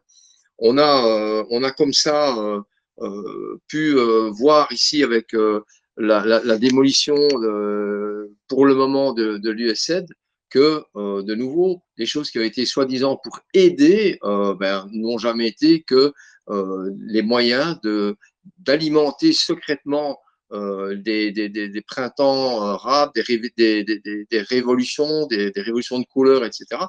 Donc oui, l'ONU, malheureusement, est une organisation mafieuse, tout comme l'OMS, tout comme bien d'autres organisations qui aujourd'hui vont se révéler au scanner complètement pourris, et les peuples vont bien évidemment s'en émouvoir, mais aussi s'en réjouir, parce que ben voilà, on a en permanence, ils nous ont menti, ils ont utilisé tous les leviers qui étaient en leur possession pour nous dominer. Hein, on voit que le pétrodollar a été ce qui a asservi les peuples.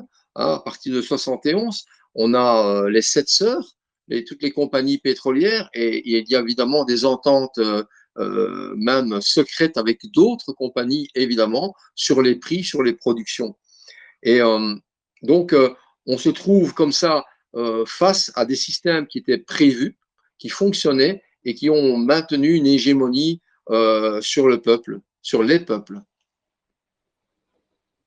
Eh bien exactement Marco, hein. Je vais revenir à ton étape chronologique en retraçant vite fait que la création de l'OMS, c'était en 1948, la création de l'OTAN, le 4 avril 1949. Tout ça est né en même temps, tous ces outils qui servent finalement la même cause. On revient sur Mockingbird, avec l'arrivée de la télévision dans les foyers dès les années 60. Télévision, telle a vision en anglais, hein, on te raconte une version des faits.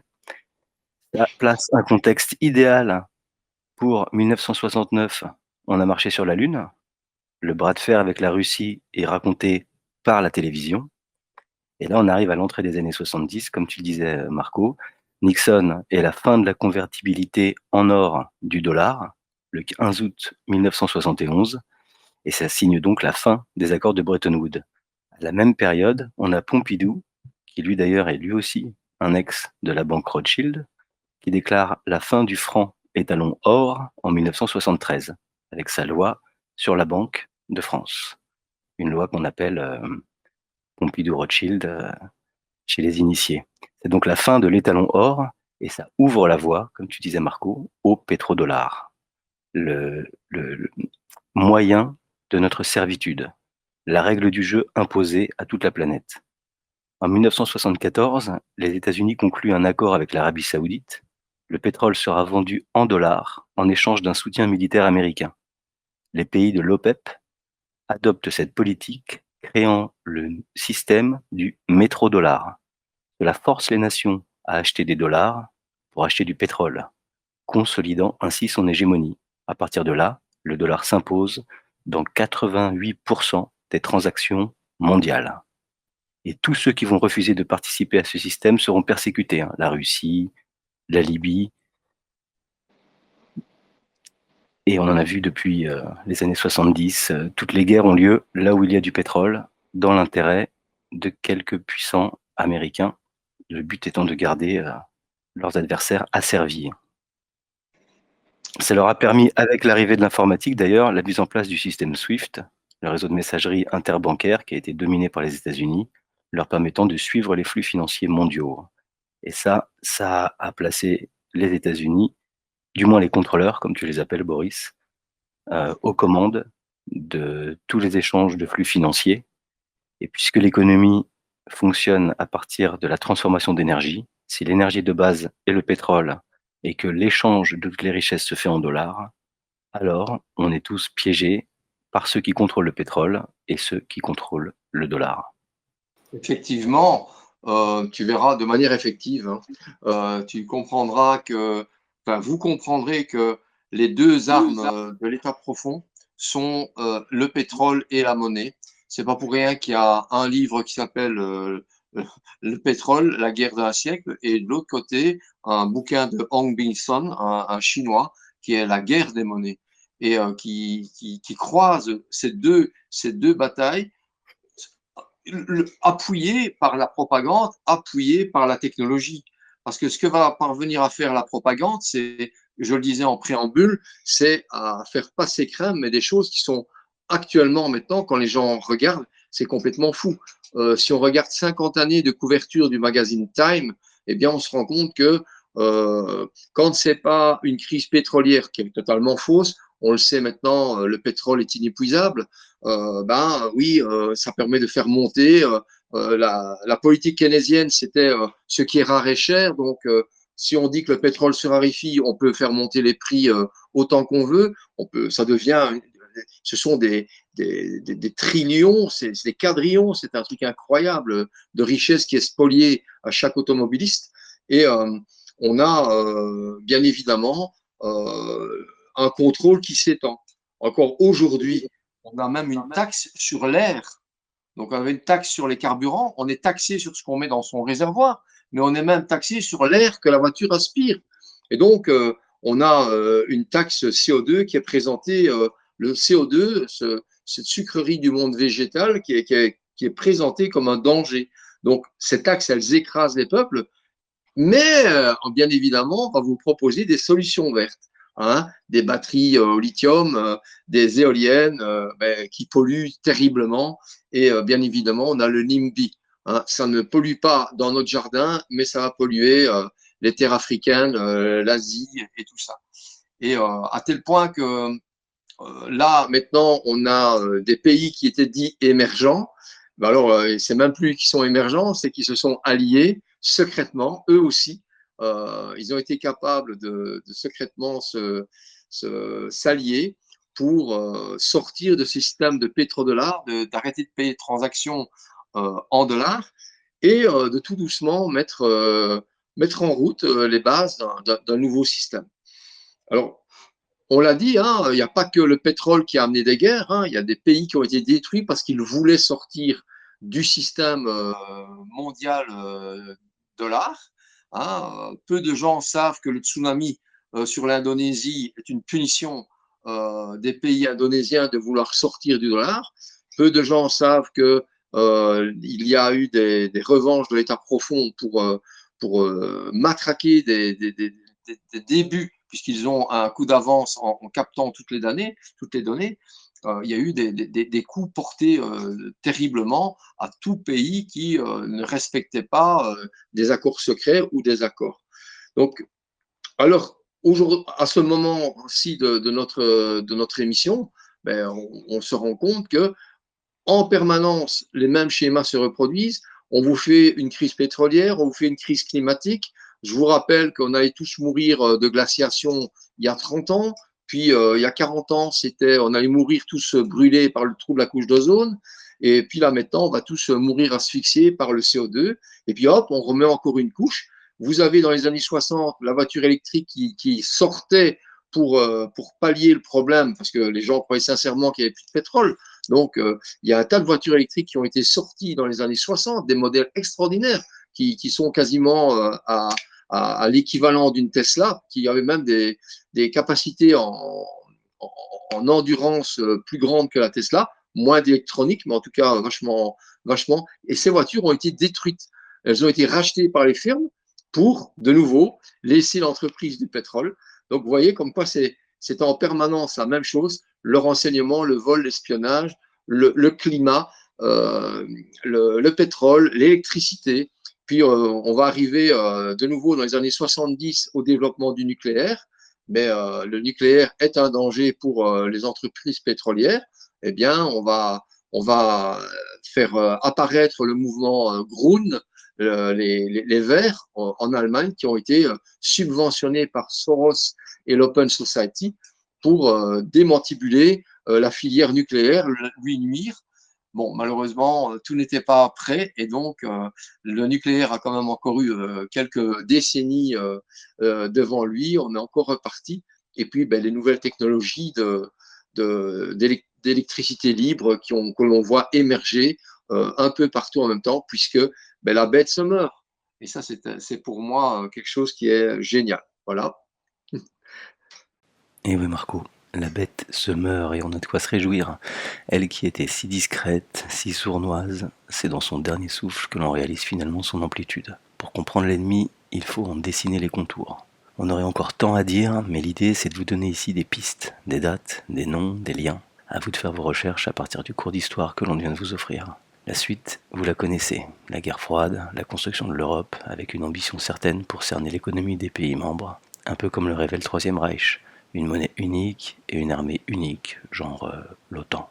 D'ailleurs, intéressez-vous aux premiers fondateurs de l'Europe, à leur passé, à leur histoire, vu comment les mêmes protagonistes sont impliqués sur scène depuis les 80 ou même 120 dernières années, c'est à se demander si ces guerres ont vraiment trouvé une fin.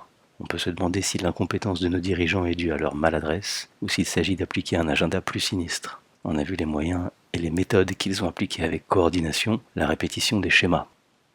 Possibilité d'imprimer la monnaie à volonté au rythme qu'ils souhaitent pour créer des récessions, des inflations. En imprimant trop, chaque billet perd de sa valeur. Il ne représente plus la masse monétaire d'un pays, son PIB, son stock d'or, la sueur des travailleurs. Le billet imprimé par les banques centrales privées n'a aujourd'hui pas plus de valeur que son encre et son papier. C'est ce qu'on vit avec l'euro. C'est pas les produits qui coûtent plus cher, c'est la monnaie qui vaut moins. Et dans une société occidentale où la notion de liberté est payante, on se retrouve dans un modèle esclavagiste où l'on n'a pas d'autre choix que d'échanger notre temps contre quelques pièces pour répondre à une fourchette de besoins plus ou moins suggérée par cette même matrice, pour nous maintenir en servitude sans que ça se voie, puisqu'on vit dans une prison à ciel ouvert, celle dont nous parlait George Orwell. Les contrôleurs doivent opérer dans l'ombre, cachés derrière des mots qui résonnent bien. C'est tout l'art de la sémantique. Organisation mondiale de la santé, Nations Unies, oserais-je dire, démocratie. On a vu les Rockefeller inventer la définition des énergies fossiles pour justifier la rareté de leur pétrole et optimiser sa valeur. Alors envisageons que cette ressource est encore plus riche qu'on ne le pense. Le nucléaire, pareil, c'est dangereux, c'est compliqué, ne mettez pas votre nez là-dedans. Ils n'aiment pas que l'on s'intéresse au vaste domaine des énergies. Et puisque la liberté et le déplacement sont si rares en cette période, contentez-vous des écrans pour vous divertir. Restez chez vous. On vous dit quoi penser et on vous surveille. On a parlé des agences de renseignement tout à l'heure avec Marco. Il faut que je vous parle de LifeLog, un projet de la DARPA et du département de la justice américain. C'est une base de données électronique massive de toutes les activités et relations d'une personne. Ça devait inclure les achats par carte de crédit, les sites web visités, le contenu des appels téléphoniques, les emails, les fax, le courrier, les SMS, les livres et les magazines, une sélection d'émissions de télévision et de radio, la localisation physique par des capteurs GPS portables, les données médicales qui seraient collectées par des capteurs portables. L'objectif général de cet enregistrement de données était d'identifier les préférences, les projets, les objectifs et autres indications des intentions d'une personne. Le programme LifeLog a été officiellement arrêté le 4 février 2004, après que les militants des droits civiques aient critiqué les risques sur le respect de la vie privée. Ils auraient été écoutés. Mais le même 4 février 2004, un petit génie à Harvard venait de créer Facebook. Quelle heureuse coïncidence! Et puis c'est tellement plus simple de faire le travail à leur place. On a Stephen Aftergood, qui est un analyste en technologie de défense, qui a écrit que les smartphones et les médias sociaux sont comme des équivalents de LifeLog. Alors, bien évidemment, mais pas trop long, puisque tu sais que c'est mon violon bain, ça. C'est que depuis le 1er janvier 2000, la machine est interconnectée, la machine collecte. Et alors qu'on ait pu raconter tous les mensonges qu'on voulait, vous savez, vous avez compris que depuis 100 ans, on ment, on invente, on modifie les livres d'histoire, on modifie les données, les bases de données. En fait, maintenant, on en est à des capacités informatiques quantiques et ce que vous croyez être la science-fiction ne l'est pas. Ça veut dire une chose, c'est que la machine a été capable de profiler des milliards d'êtres humains et par l'analyse de leur, moi j'appelle ça le log file, eh bien, elle peut faire une analyse stricte de chaque individu sur Terre et déterminer sa sociabilité, sa dangerosité, sa capacité à améliorer le monde ou à le détruire. Et là, on se rend compte que dans une gigantesque opération, alors au départ, ça devait être un vol de données, un vol de data, parce qu'on a parlé du pétrole comme ressource cotée. Eh bien, vous savez que la data, c'est aussi, on appelle aussi ça l'or noir, voler la data, la transférer, ça rapporte des milliards et des milliards et des milliards, mais en plus, ça permettait aux contrôleurs vraiment de contrôler et de profiler les gens. Là, ce qu'on remarque, c'est quand même que la machine est en train d'évoluer, et je crois très sincèrement que d'ici quelques temps, on va avoir un bouleversement. Pourquoi? Parce que dans l'intelligence artificielle, la machine, elle a fait de l'auto-learning. Elle est basée sur deux massifs de données, un massif de données opérationnelles et un massif de données d'entraînement. Et les gens qui ont développé l'IA se sont rendus compte que la machine était capable de programmer ses propres algorithmes, voire même que les machines étaient capables d'inventer des langages et qu'elles communiquaient entre eux hors compréhension humaine. Donc, je ne dis pas que Frankenstein est en train d'échapper à son créateur, je dis simplement que la machine est intrinsèquement incorruptible, elle. Et si au départ, elle a été bâtie sur des algorithmes avec des biais, les biais humains, bien évidemment, vous savez, quand ce sont des geeks, des Asperger qui vous font des lignes de code, forcément que l'IA, elle possède également tous les biais humains, les biais cognitifs humains qui se redessinent, qui se redistribuent dans la programmation. Eh bien, on a remarqué que la machine évoluait d'elle-même et qu'elle corrigeait.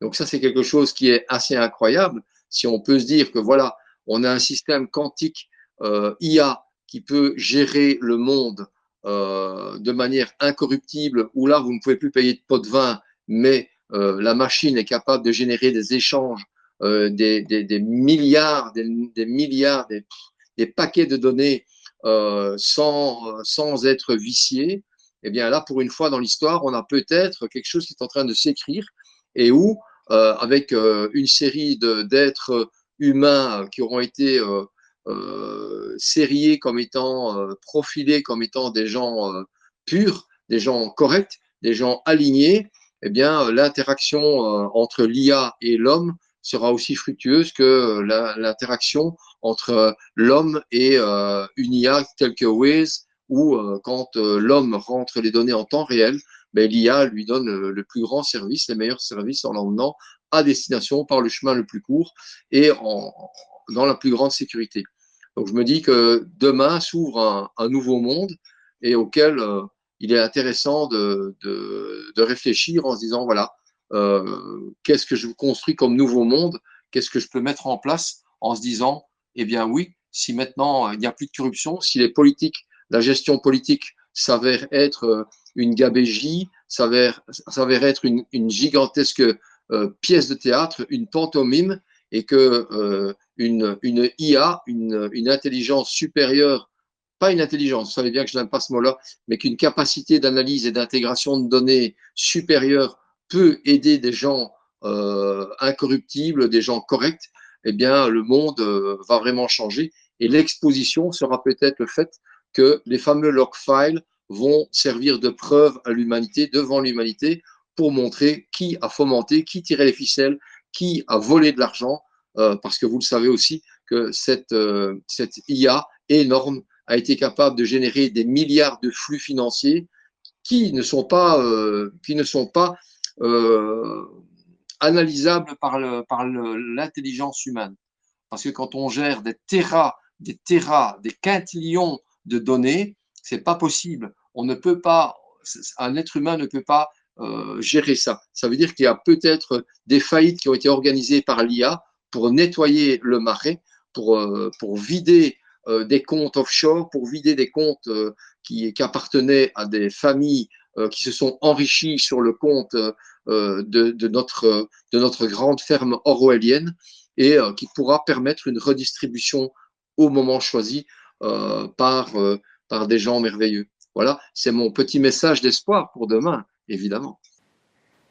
Mais oui, on a des raisons d'être optimistes. Si on les a laissés créer cette machine pour aujourd'hui la retourner contre eux, c'est qu'ils ne sont plus aux commandes.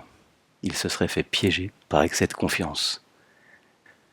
Excès de confiance aussi en 2016, quand Bayer rachète Monsanto. Les mainstream ont osé en parler alors que d'habitude ce genre d'infos est relayé à la presse spécialisée. Un géant pharmaceutique rachète un producteur de pesticides et graines OGM. Quand on sait qu'un patient guéri, c'est un client de perdu, on peut envisager qu'un nouveau malade est un client de gagné. Et si on remonte l'historique du groupe Bayer, on apprend qu'en 1925 jusqu'en 1952, en Allemagne, il s'appelait IG Farben et produisait entre autres des engrais, de l'essence synthétique, des plastiques, des médicaments et du Zyklon B. Encore un changement de nom pour écrire ou effacer l'histoire, mais c'est la même recette, les mêmes ingrédients, la répétition de schémas si cher à Marco. Et certains pays les avaient bien cernés ces schémas, et ils ne voyaient pas d'un bon œil la domination quasi totale des États-Unis et de l'Europe occidentale sur les institutions comme le FMI ou la Banque mondiale. Certaines puissances dites émergentes cherchaient à équilibrer cette domination en proposant une alternative. Depuis une quinzaine d'années, les BRICS, c'est-à-dire le Brésil, Russie, Inde, Chine et Afrique du Sud, cherchent à réformer les institutions financières, à renforcer les échanges commerciaux et à soutenir la croissance économique. À eux 5, c'est les 2/3 de l'humanité qui pèsent sur la balance face au petit G7 en pleine déconfiture. Vous la voyez la mort de la bête ? Chaque jour on a des raisons d'être optimistes. Les protagonistes corrompus sont exposés, leurs méthodes révélées, leurs outils confisqués, pendant qu'un autre système pointe le bout de son nez. De plus en plus de pays payent leurs importations avec des devises nationales. C'en est fini de l'hégémonie du dollar et de l'euro sur les marchés internationaux. Et regardez sur le site de votre banque. Cherchez la norme SWIFT ISO 20022. Dans le cadre de l'évolution des normes bancaires internationales, elles effectuent une migration de leur système vers cette norme pour quitter le système SWIFT. C'est assez inédit, et cette norme est temporaire. Elle est entrée en vigueur en mars 2023 et a une date butoir fixée à novembre 2025. On est en train de sortir du système SWIFT. Avant la fin de l'année, un nouveau logiciel devrait prendre le relais. Alors restons attentifs et exigeants sur le qui, comment et pourquoi. Mais comme nous l'avons vu ce soir, d'autres technologies seront bientôt révélées. Lorsque l'IA est bien utilisée, elle peut nous servir avec impartialité et objectivité. On voit aujourd'hui les cryptos se balader sur la blockchain. Et même si le Bitcoin est voué à disparaître, le mécanisme est une excellente alternative aux banques. Des monnaies souveraines ou des devises adossées à des métaux précieux pourraient circuler sans intermédiaire, sans frais ni délai sur une ligne sécurisée. Imaginez que vous êtes votre propre banque à partir d'une simple application sur votre smartphone. Imaginez même un monde où nous pourrions aussi voter sur une blockchain. Le smartphone pourrait aussi participer à une vraie démocratie. Et si tout cela pouvait être alimenté par une source d'énergie illimitée, alors on s'approcherait peut-être un peu plus d'un cycle de paix, d'harmonie et de prospérité. Encore faut-il qu'on arrive tous à se responsabiliser. Là, il me semble que se mettent en place les conditions d'un monde stabilisé par l'interdépendance économique. C'est du bon sens, c'est pas une utopie. Après, mes propositions ne sont à cette heure-ci que des possibilités, mais on n'en est pas loin. Alors projetez-vous dans un futur radieux, c'est le meilleur moyen de lui donner une chance d'advenir. Bim, ça sera ma conclusion les amis, je vous passe le micro pour votre dernier mot. Pour ma part, c'est la connaissance rend libre et le plan du bien se sert du plan du mal. C'est une excellente conclusion. C'est une excellente conclusion, Marco. Et puis, vous avez tout dit clairement. C'était extrêmement riche, extrêmement complet. Et je pense que c'est très important pour tout le monde de pouvoir lier tous les éléments que vous avez présentés durant cette émission. C'était un vrai bonheur de vraiment pouvoir partager ce moment avec vous. Et j'espère qu'on se retrouvera pour d'autres émissions pour qu'on puisse encore une fois décortiquer les mécanismes par lesquels nous avons été asservis et surtout les solutions qu'on est en train d'y apporter aujourd'hui. Je veux dire merci vraiment beaucoup à tous les trois. Cette émission, moi je l'ai trouvée extraordinaire, extrêmement riche. Et dans ce nouveau monde qu'on veut construire, on va avoir besoin de réécrire l'histoire, les gars. Les livres d'histoire, on va avoir besoin de tout ce qui a été dit ce soir pour réécrire et rétablir les choses telles qu'elles se sont passées. Donc, vraiment, encore merci à vous. J'espère que les auditeurs y auront trouvé aussi autant de joie, je vais dire, et de satisfaction que moi ce soir. Merci beaucoup. Merci Fanny, merci Boris, merci Marco, merci à vous d'avoir pris 2 heures pour nous écouter, pour vous informer. Soyez curieux et posez-vous les bonnes questions. Concentrez-vous sur le factuel, ne vous laissez pas distraire. Nous sommes en train de reprendre notre souveraineté, la planète vibre fort pour nous éveiller. Soyez acteurs de ce monde en pleine mutation, prenez soin de vous, restez ancrés et surtout soyez prêts, car le meilleur est à venir.